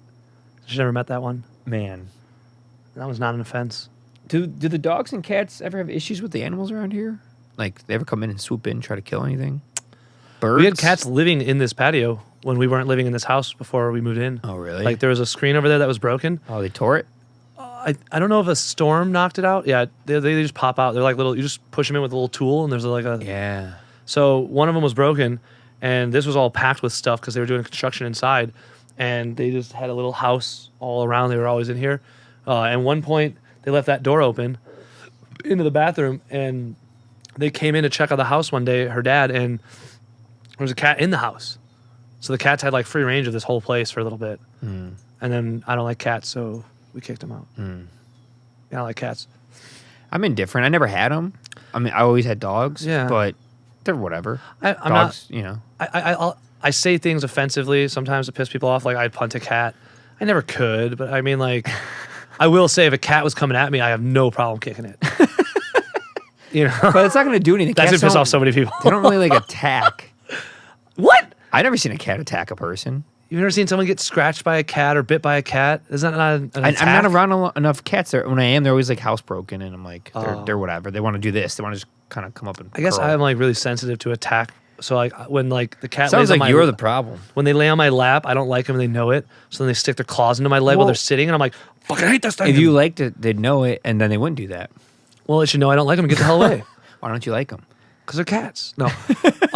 Because I have an aunt that it was the only person that I ever interacted with cats with was at her house. And her cats probably were nice cats too. No, I don't think they were. But we were little shithead kids. And like they would go hide behind the couch and we'd get something to try and pull them out with. Mm-hmm. And then they'd be scratching at us and we'd like mess with them and they'd chase us. And like, I was always scared of them. I don't know. I don't like cats. No, I think cats and snakes. I don't like either of them. I also don't want to like them because I don't want to encounter one in the wild and think, oh, it's fluffy and cute like the ones I know. You know, like yeah, but you don't do that with coyotes and wolves. But dogs, you're cool with. but I'm not cool with all dogs either. I'm cool No? with nice dogs. If you have a mean dog, I hate your dog. Yeah, That's yeah. Mean dogs are scary though. Like, but this all dog's so cats are nice. mean. There's no need. There's no. You think so? No. I was I gonna mean, say- I say that, but I know there's nice. I've met a few cats. Too I'm much like, this is a hyperbole chill going cat. on here. Too much hyperbole from you. Your whole life is. I don't talk in words. I'm talking code. Well, I'm going to do this a great segue that's just completely Please. off topic. Out of all the places you've been to and visited, what's been your favorite? Shit. I don't have an answer for that. 47 states. How many countries? 5, 6, 7, 8, 9 countries, maybe only. 9 countries, 47 states. Where would I travel today is an easier question. Where would I go right now if I won the lottery? I'd probably fly out to Thailand or Japan. Okay. Both of those were amazing. Japan, I say because I just said I would win a lot of money. It's really, really expensive there for me. I didn't think it was that cheap. I wouldn't be able to survive there. Thailand was so cheap and so amazing that I would go there with the money I have now. Mm-hmm. And Thailand was beautiful. Mm-hmm. It was a little dingy. You know, if you're not okay with dingy, it might be a rough spot. But also, you can also go there with like $1,000 that you would spend on any other trip. That would be like 2 nights and spend 2 weeks there at like a really nice hotel. Mm-hmm. I didn't do that. I spent $25 and stayed at really sweet spots. Mm-hmm. But I think I'd go to Thailand. Thailand was sweet. I like Thailand a lot. I don't think I had enough of it. Would you say that like going around the world might be one of the best things to kind of open your eyes to what you Yes. need to know, should know, and also balance like what you think you know, right? I will say I grow on every trip. Right. That's the easiest way to think of it. Is like you always something grows. I spent a long time there, so it allowed for a deeper growth, maybe. Yeah. And what it was a disconnect. I was in a place where I couldn't. I saw Donald Trump on the news there. I didn't know what was going on. All I saw was Donald Trump. Oh, he's in South Korea. All right. And that was the extent of it. I didn't look further into it. Oh, I did. I looked further into that. He shook hands with Kim Jong-un maybe then across the border. Did you ever go up closer to North Korea? Seoul's really close to North Korea. I saw North Korea from the top of a mountain. I was close enough to do that. Huh. I didn't go to the DMZ. That's a weird thing, huh? Weird feeling. Korea's a weird place. You gotta understand, like, Korea shouldn't be what it is. It's that way because of us, but that's like a spiral into like conspiracy theory. But like, we created that due to the Cold War. And like, they obviously had their own factors that led into why it's the way it is. But like, we stopped the fight to stop the spread of communism. And then that was our argument. And then we just fed South Korea Americanism, and the North Koreans got China and Russia's minimal support, and they just stagnate. They just sat in an agrarian lifestyle, kind of. And they're still kind of there. But it doesn't have to be that way. And it shouldn't be that way. It's going to be that way. I don't think South Korea wants to end it. They're torn. And usually on economics, to be honest, why they're torn. I don't think anyone's like, screw them. Like, that's literally their cousins. Like, there's family members that haven't seen each other since the 50s because of that. Or maybe not the 50s. They close it and they open it. They close it. They open it. It was kind of a weird history of that border, but they're just Koreans. They have a little bit of a different language because of the way they've morphed over the last 60, 70 years. But I don't think there's any animosity. They hate each other. But they don't want to spend all the money on South Korea to bring North Korea up to date. Yeah. That would be insane. They would bankrupt the entire country, one of the richest modern areas in the world now. Yeah. It's so sad. So interesting. Yeah, I don't know. I suck with feelings. I don't know about sad. I don't get sad. I don't get sad. I am blank. No, I don't. It's different. Yeah. It's real different. It's who has it better? That's a weird thing I always battle with those scenarios. Who has it better? North Korea or South Korea? It's got to be South Korea. Why? They have freedoms. It's like, do they? They have the freedom to make money and spend money. Okay. What else? Well, they can travel, kind of, if they allow them to. There really is a long stronghold there of the government on the people. North Korea, our big argument is like they're censored. We are censored. Maybe they're living a better life than us, so we just don't realize it. They don't have our life, so we see it as bad. It's like a Native American tribe. You guys don't have pants on. What are you doing? Let's get them pants. It's like, no, I think they're okay. They never had pants. We can leave them alone. Well, let's at least bring them fresh water. They didn't die on the water they had, but they need fresher water. But North Korea is like an extreme case because it's so stifled, that it's kind of overwhelming. The dictatorship might have led to that a bit. Like there's definitely things you're saying that I understand. Yeah. But when it comes to places like that, you're just like, we don't know about it. I know, but that's the thing. Like, we assume about it. It can't be that good. No, but someone's looking in from the outside saying America can't be that good. Yeah, but I know everyone I know that leaves and comes back, they're just like, yeah. I would go back to South Korea over America right now. Really? So they can come and tell me, oh, you're not American now. Take your passport away, burn it. But I would. You said, like the freedoms that you wouldn't have as much. Like we could talk right now. We're on a podcast. They break whatever the we rules. want. They break the rules. Okay. They don't exist in modern American mentality of society, because the number one thing that you equate with crime in America is higher density of population and proximity to poor and rich individuals. You see a correlation with crime. South Korea does not have crime. It has crime, you know what I mean? But it's like, in America, you're at the coffee stop. You're doing work on your computer right now. You're going to edit this at a coffee shop on the way home, whatever you're going to do. You got to go to the bathroom. The bathroom is around the corner outside. Do you leave all your stuff sitting on the table? No. Why not? Out of fear, someone might steal it. Someone probably won't because there's other people around, but out of fear. Could happen. Could happen. I walked a block away with my computer sitting at a coffee shop in Korea and had zero fear that anything would ever be touched. And it took a little while to get there. I would stand on the train with my hand on the wallet in the beginning. You know, I was worried. I would change stuff to front pockets like I would in Chicago because of how tight you get in some of their trains. You're literally in a mosh pit, leaning on people on the train, because when the train moves, you can't get wide enough to get a stance, and it's shifting you into people. So someone can steal my wallet. Someone could go into my backpack. I put it in front of me. After a month, you realize nobody knows you're there.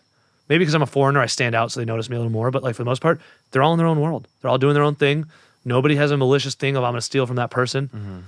Everything's on camera, so it deters a bit of it, as well as like the society there is like you dishonor your family in the old terms if you are a bad person. So like if you go to jail for theft, your parents are bad parents maybe. Is that a good thing though that everything's on camera?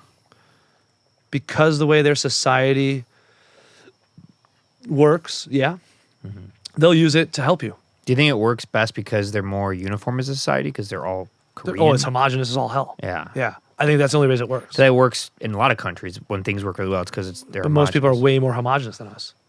So there's all one type of person, and then there's a one cultural reference to go off of. So as long as you follow that one culture's laws, she's like, culture's laws, you're okay. It seems to be the biggest problem with America, the what melting yeah. pot, because there's too many variables. Too Yeah. many beliefs, too many histories, too many cultures, too many religions, ethnicities, languages. It's beautiful, but it's also problematic sometimes. 100%.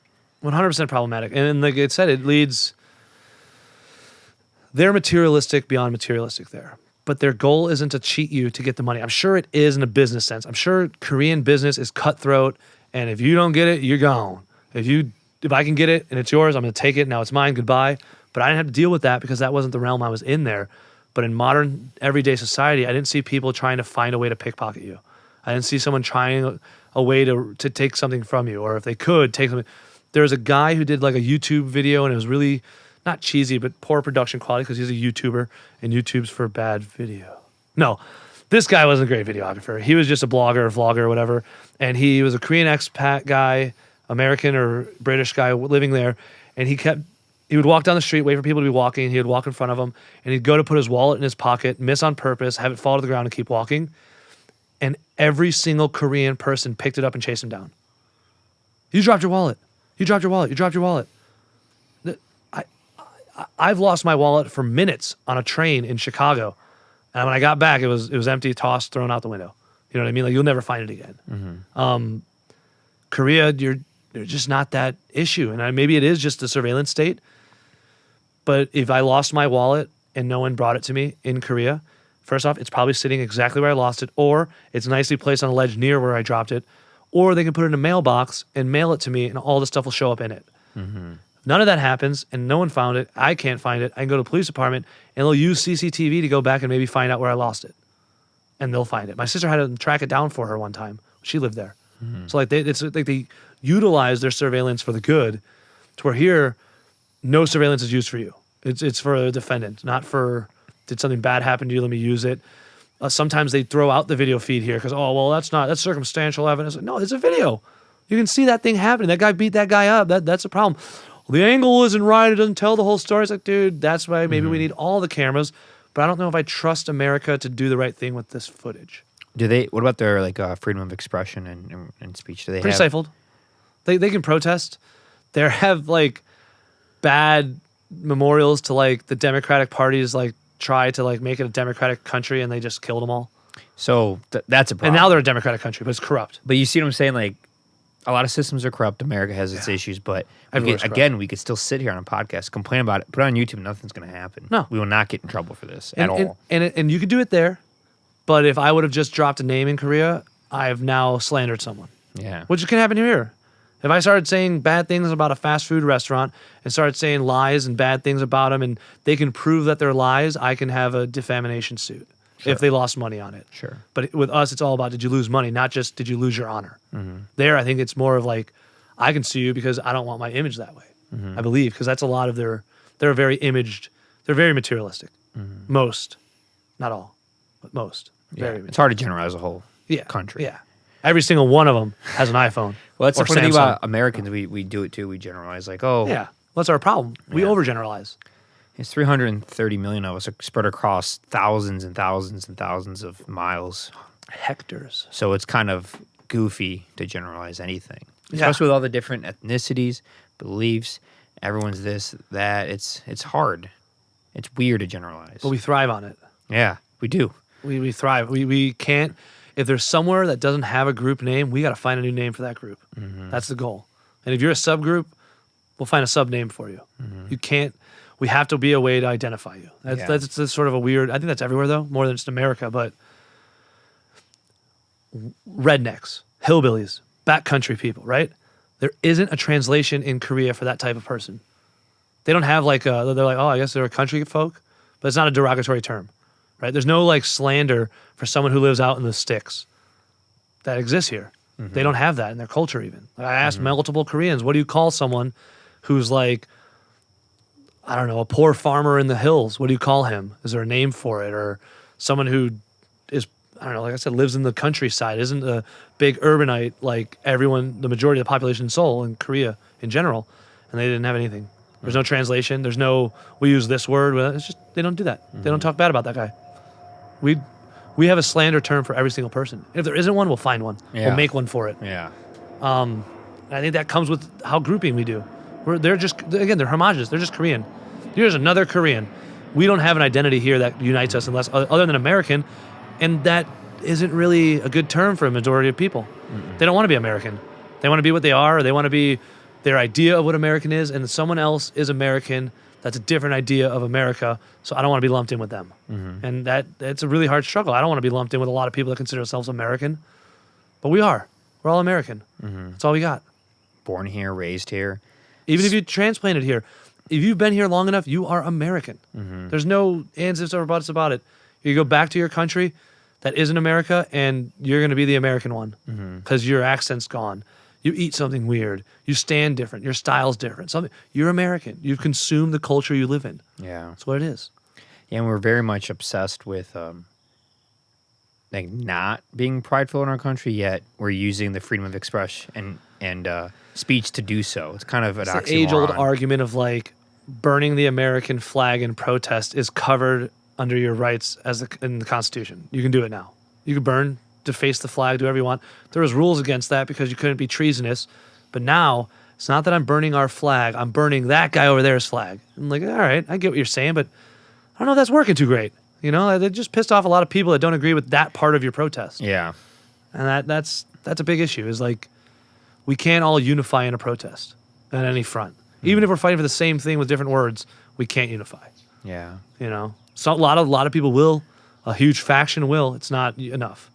It will never, and eventually we will. I don't think we'll have a civil war. I think we'll piss off politicians enough that they'll be like, all right, we'll do it for you, and they'll sweeten the chain in front of us with the hot dog, and we'll chase it for a little bit longer, and then realize, wait, you're holding that, and then we'll revolt again, and they'll, oh no, it's a cupcake now, and they'll cupcake us along, and now it's gluten free, now it's GMO free, whatever it is they got to hang in front of us, they'll do it. Yeah. They know they don't want us to revolt.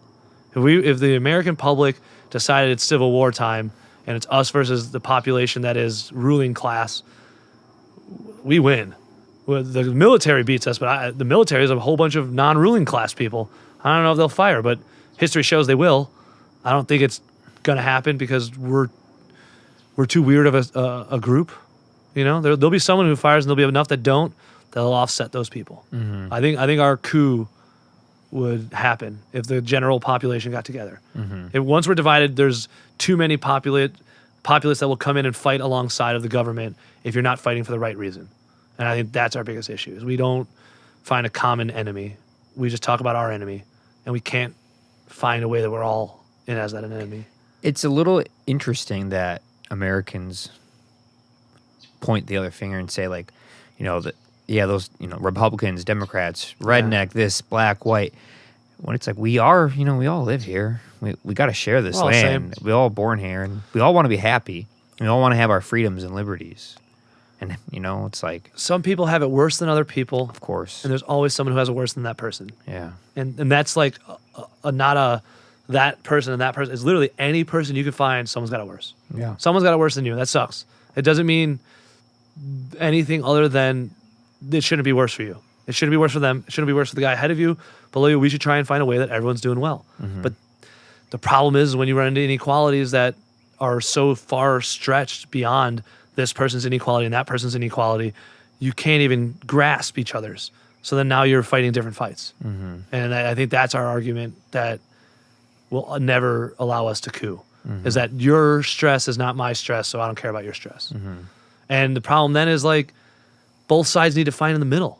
You know, Democrats and Republicans aren't ever going to find a middle ground. It's a new party that's going to be down the middle. You know, there's no way one side is going to be like, all right, let's all meet in the middle. And the other side's going to be like, I like your idea, let's do it. Well, now with the way we go about it, the name calling, Oh my God. The stereo, the verbiage, the rude conversations. It's like if someone says something you don't agree with or don't like, you should try to talk to them about it. Always. Or learn, where did that come from? Like, why do you think that way? Do you justify it? Yeah. You'll learn a lot talking to someone you don't agree with if you just Always. talk to them. But yelling and berating doesn't help. It doesn't help at all. I use it as a joke all the time. When someone's like, it's not working, you try yelling at it. I do it like literally it could be a radio, a dog, a cup of water, whatever it is that's like not going the way you want it to go. Yeah. Did you try yelling at it yet? Yeah. And then everyone sometimes people are like, well, what? What do you mean? I'm like, it never works.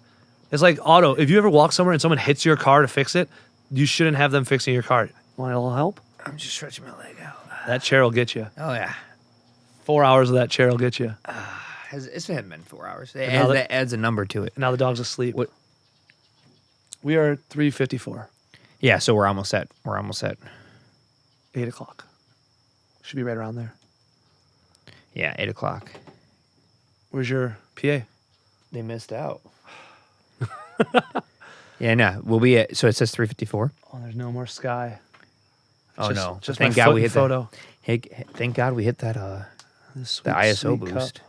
It's gonna be fun editing this when I have to go manually go in and raise the gain on the It's gonna exposure. be. I can help you. We can do it tonight. No, I'm not doing that. We're hanging out tonight. I'm I like leaving that. tomorrow. That's true. I got work in the morning. I'll too. do it next week. I'm not worried about it. It'll be good. No, it's crazy how fast time goes just talking to people. Oh yeah.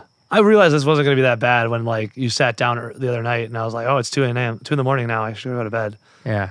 I still want to talk. Yeah. No, I mean, that's the type of people we are, though. Like, whenever we hang out, we just rant for hours and hours. And hours. Like, last time I was here, we played backgammon, like, all night. Oh, I have that here. We can play more. Oh, we'll play later. Oh yeah.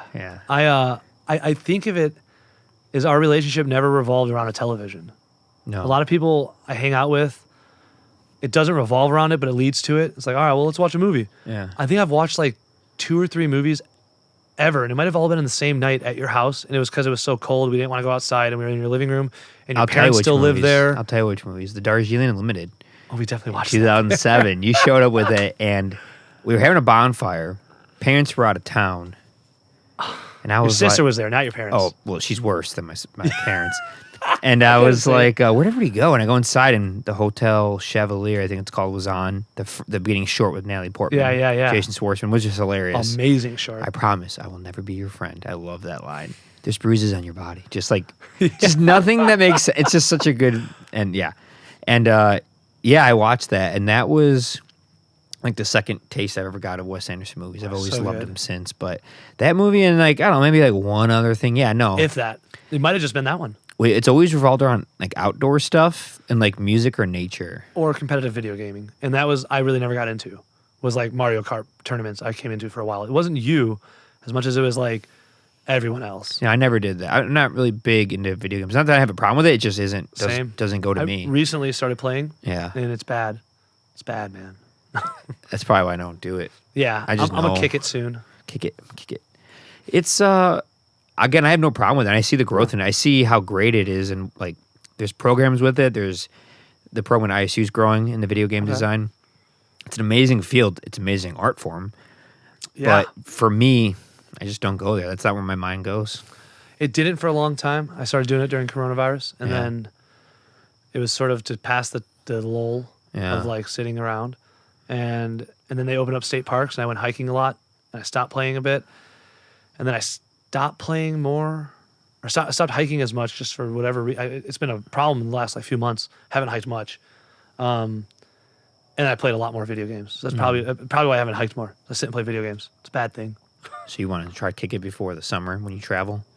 Oh, I don't play them that's like a dead time. I don't play in the video games in the summer. Yeah. I'm gone for that whole time. Yeah. That's why I don't mind them that much. What is the main thing that does it for you? Being such an outdoorsy, creative person, what's the main thing that does like sitting down on a couch playing video games? What? My friends play it, so I'm Okay. in a chat. I'm talking. Oh. I'm more hanging out with people, Right.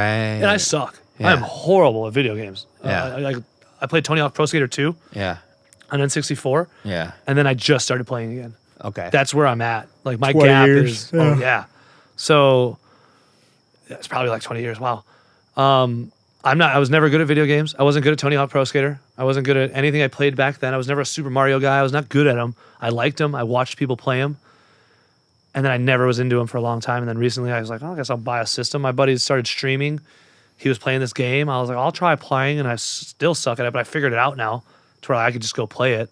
There's a lot of learning for me, and maybe other people pick it up like nothing, but it took a while for me to be able to like even just get by. And now I'm okay, maybe. They'll say otherwise. They're like, you suck, man. So that most of the community? Yeah, just playing with my buddies. Yeah. I met some people through my buddies. They live all over the country, and like they're my buddies now. Yeah. I know them. We It's talk, kind of its own share like stuff. social media type thing. It's like a way to just stay connected with people. Like a lot of people are like, I have Facebook still just so I could like still talk to my cousins that lives X, Y, and Z. I don't post often. Well, like it's kind of the same thing with that. It's like I do it so I could talk to my friends and hang out with them for a bit, you know? I felt like I was missing a sect of society that a lot of society is doing. And I was talking about like you got to constantly grow. You have to morph with the times going if you want to stay somewhat relevant or up to date. You're not going to be the old person saying, how does this work? You got to know how it works. Yeah. And there's a huge generation right now that like their entire group of friends might just be digital. Yeah. And they've never seen them. They're only a video game friend. There's no video sharing. If you have their Facebook or their Instagram now, maybe you know what they look like, you're fine. But like a lot of it's just a voice on the other side of a video game that you're playing. I wonder what the repercussions of that will be though. We don't have it long term enough to know. I wonder what the benefits will be.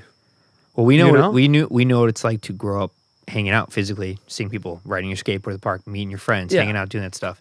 So we have that foundation. That's why you can go into it and detach. Yeah. But to not have that, you could say like, well, they're still hanging out, meeting people. We don't know, but who's to say it's bad? It's like, well, who's to say it's bad that millions of years of us interacting as a species probably says it's bad? Because I wouldn't say we're at millions of years of how we lived. Thousands of years. We are the Thousands old of years. people bashing Elvis with that mentality, I feel. And No, I honestly I'm saying believe it's that. fine, but It'll how do much? its thing. It'll How do much its thing. doses, you know? I think if it's a detriment, we'll eventually get rid of it. It hasn't been a detriment. I don't think we're getting rid of it. I think the biggest problem that it leads to is social anxiety, which triggers more mental instability. Yes. And that's only when That they is a leave big that problem realm. with social media, you know? Oh, yeah. It's a huge problem. Oh, horrible. It's so obvious to see the filters, the way people handle it, looking for likes, trying to get this, followers. It's dangerous. They used to have to pay a lot of money. That's all. Now Yeah. they can do it for free. You used to Yeah. get plastic surgery to change you. Now you just put it on your camera and That's you look true. different. I mean, that's always been an issue as well. Yeah. Yeah, I don't know. But It's complicated. I don't have an answer. To each his own on some of that is what I feel. But I think, I don't think video games will be the death of us. No, I I think don't think so at all. I think it'll help progress certain things, maybe not for the benefit. It might be good Like- for certain people that need it, who do have social anxiety and they feel most comfortable talking to people over headphones, you know, and not in person. Yeah. But I think the problem with that is the same way the second you have a crutch you can lean on, you do it and now you don't fix it. Like Yeah, I told you the couch kills people. yeah, Usually it's because you're complacent there, and if you don't do the rehab, your leg never gets better. And now it's really hard to walk to the fridge, let alone outside. So your entire life is walking somewhere to get food to sustain life on your couch, and now your couch is your killer in a theory. The same way it goes is if you're like, oh, I'm really socially anxious, I can't go out there and do that. All you've done now is you found out a lot of people are like you, but that doesn't absolve you from like trying to fix it. You know, if you can say, well, no, a lot of people have social anxiety, so it's better to have the video game so they don't have to deal with that. Well, maybe they should deal with that.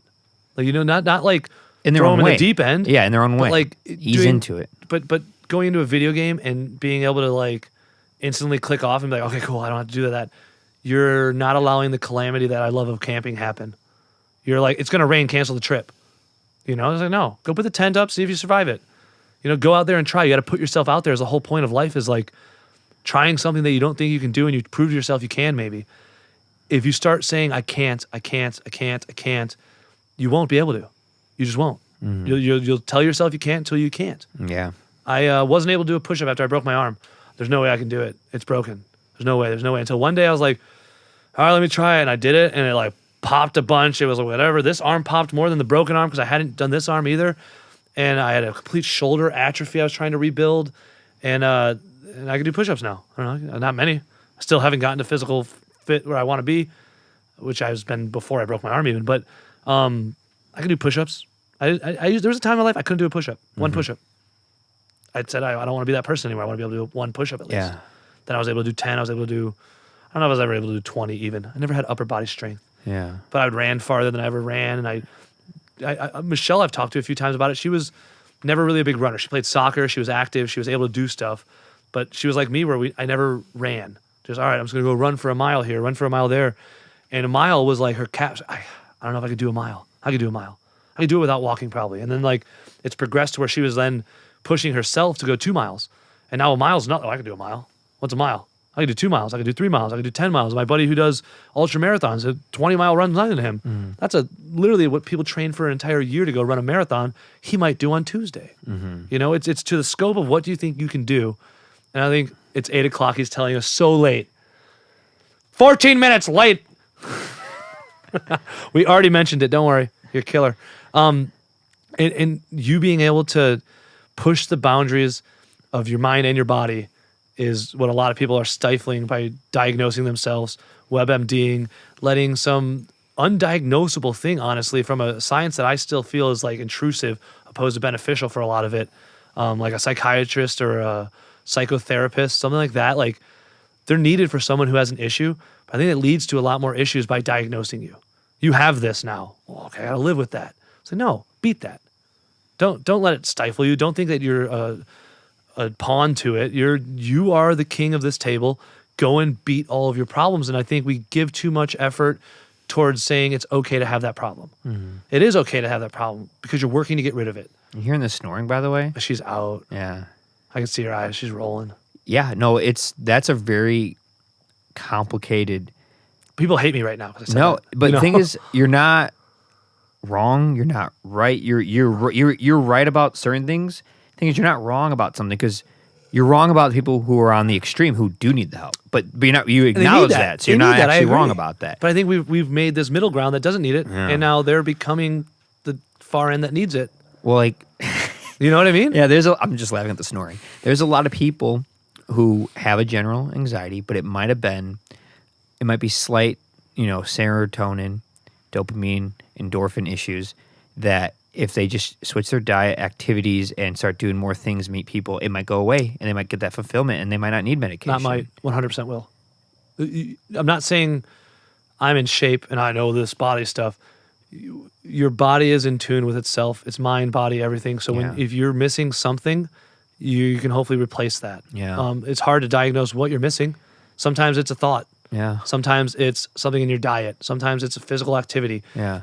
There's something missing and you got to find it. But the second you start saying, this is what I have, that's what you have. Mm-hmm. You're not searching for the end anymore. Mm-hmm. And even if you find it, you won't know it's there. Yeah. Because you're not looking for it. That won't fix me. I have this. Like, what helps a lot is just you talk to a therapist, but have you tried, which is fine. And people need to do it sometimes, and it helps them. It saves their lives. 100% helps people. But what also can help you is just talking to a friend. Well, that's what therapist is. It's someone who doesn't feel open enough with a friend to be able to say these problems to. From my understanding, I've never been to a therapist. I have friends I talk to. Most therapists just listen to you. I've never been to a therapist either. And they ask you questions like you're asking me. You're my therapist right now. Yeah. I'm venting out these problems. I'm actually changing my opinion from the beginning of this podcast probably on certain objects. Yeah. Like in general, you talk to people, it changes your perspective. That's the key to logic. Everyone just has logic, and it's how big is the scope you get to pull off of. Mm-hmm. What have you retained? If you're not retaining it, you're probably not putting into logic. Yeah. Not consciously. Maybe subconsciously that helps you in the back, but like for the most part, if you don't internalize the conversations you have with other people, it's hard to grow from conversation. And I maybe know how to do that. I seem like I kind of can do it sometimes. But it's also like this interesting mentality because you are definitely somebody, as I am as well. Sounds weird. That I too am. I too am. Y tu mamá también. I am as well. Y tu mamá también. I watched that at the Deanda house, I think. Me too. Yeah. I watched it at Diana's house and then Deanda house. Oh, it and might have been my Diana's house. Many houses. Yeah. I think it was Deanda. I remember watching it in their living room.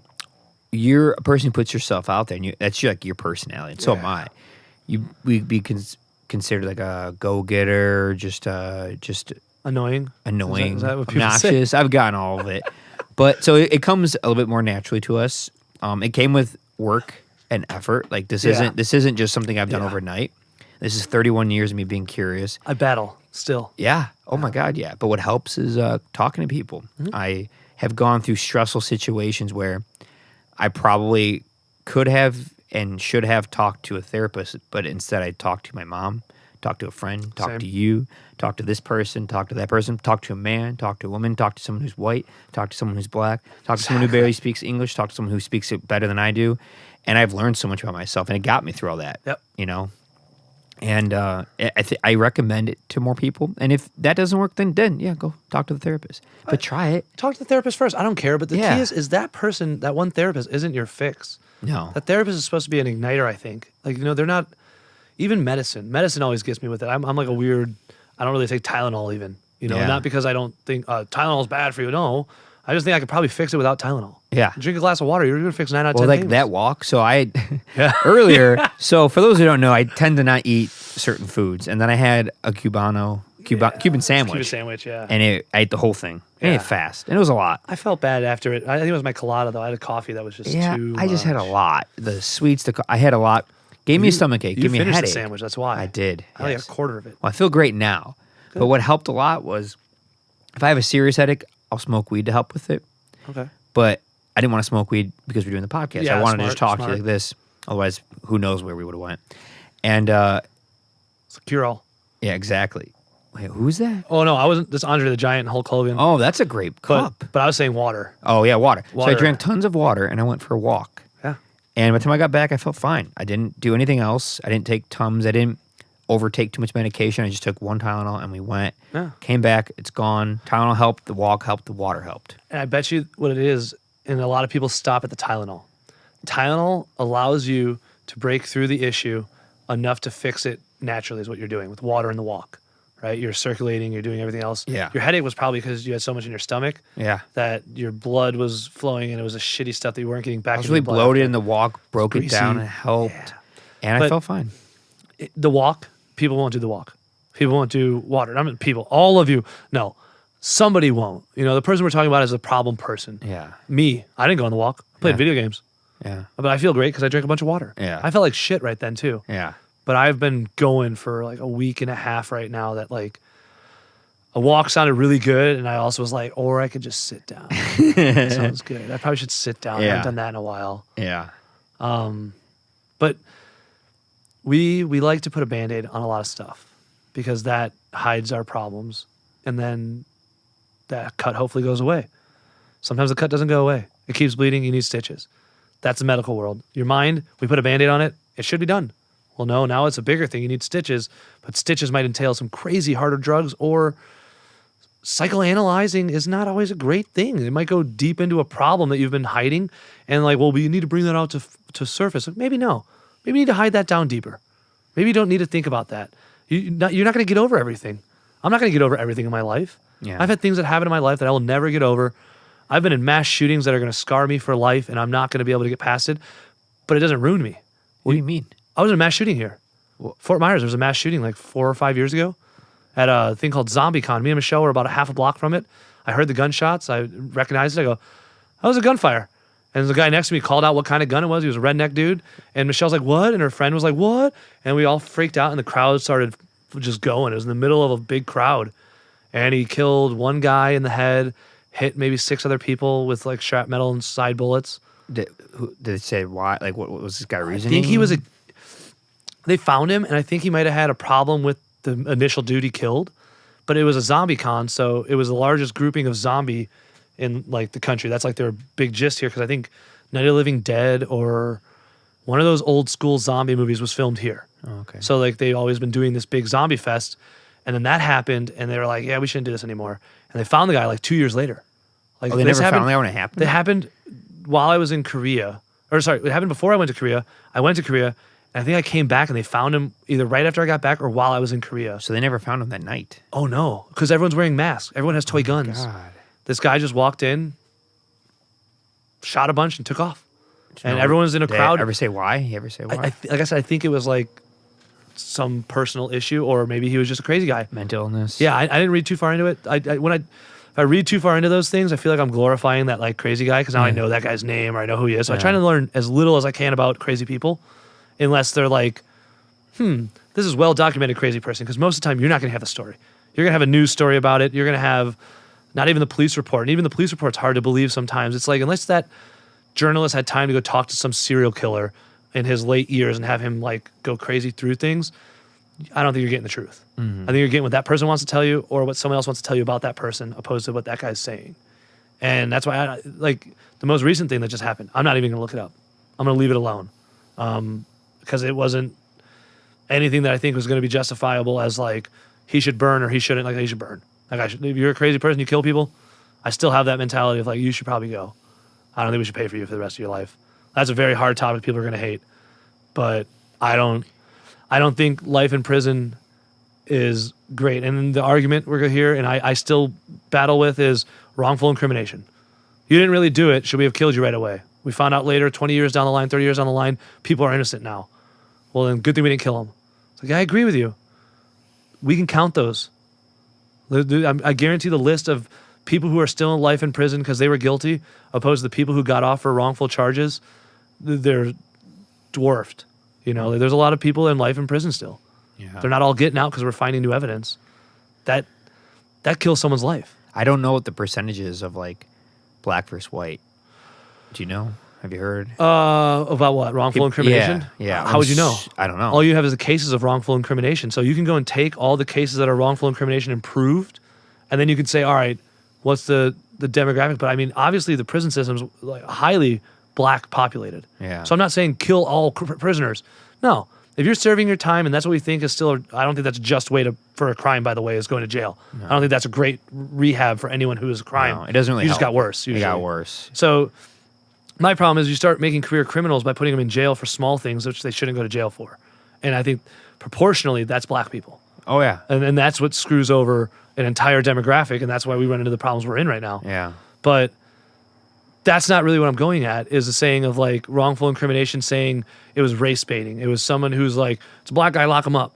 I'm more thinking of like, you went to a long court case, they proved you with evidence that you killed these people, or there's video of you killing this person. Well, why did you do it now? Well, he was coming to kill me, so I killed him first. Okay, do you have proof of that? No. Okay, well, how do we prove that? Like in Florida, we have that issue. If someone comes into my house right now, I could shoot them. I didn't invite them into my house. They cross into my land. They cross over the threshold of my home, I guess. I could shoot them. It's like a castle law or something to do with that. Google it. And I don't know all of the legalities to it. I'm not really a big, deal with it, but they have things that allow you to protect yourself. But there's a story a guy told me about his buddy who was drunk going home, and all the houses looked the same, and he was blackout drunk. He had just moved to the neighborhood, and he's trying to get into a door that's not his door, and the guy opens the door and fires a shotgun, kills the guy dead right there. And he fell at the doorstep, and the argument was he in or not in the house? But then they said because he was trying to get in, it had reason to do it, and that guy, there was no court case. Mm-hmm. He just killed a guy that was wrongfully at his house on accident. Yeah. Should that guy die for murder? That's where the gray area, I don't know. You killed a guy, but did you kill a guy maliciously? What was your intent? Yeah. Context. Were you scared for your life and you had to pull the trigger? Well, probably not. The guy wasn't armed. He was drunk. He was at your door outside. You should have called the cops. You should have done all these other problems. And then, I don't trust the cops. So what are you going to do? Take law into my own love hands. to feed into the law, though. They know it's law. They're like, yeah, I got my gun. Well, I could do it. I could do it. Why That's not? what I mean. And that's right. We have bad people in this world. That's the biggest issue. That's our root of all of our evil are bad people. Yeah. There's no sane mind, nice person that's ruining the world for us. It's usually crazy people. Yeah. I'm a crazy person probably, but I'm not doing it in a bad, malicious way. Unless we talk about bands. There you go with the bands. You're just like, I'm just the Just worst. beating myself up on that one. No. And I don't know. That's probably where we should end it before we get too deep into society. We stayed at very tame topics today. Yeah, we did until the very end. Don't hate me. Listen, next time you're in Chicago, come back on. Ooh. And Can I bring the dog with? Yeah, and we'll continue. Well, you probably won't do so well in the studio for long hours because you saw her earlier. There's no windows to look out of. We'll run her. Yeah, I'll we'll go get her run with tired. her. She'll run with Bo. She'll be knocked out of my lap. She'll just play with Bo. I love that she's on this whole thing. She's out. Daniel. Dude, that was fun. It went by fast. I don't know what happened. We just went places. I was worried. I wasn't worried at all.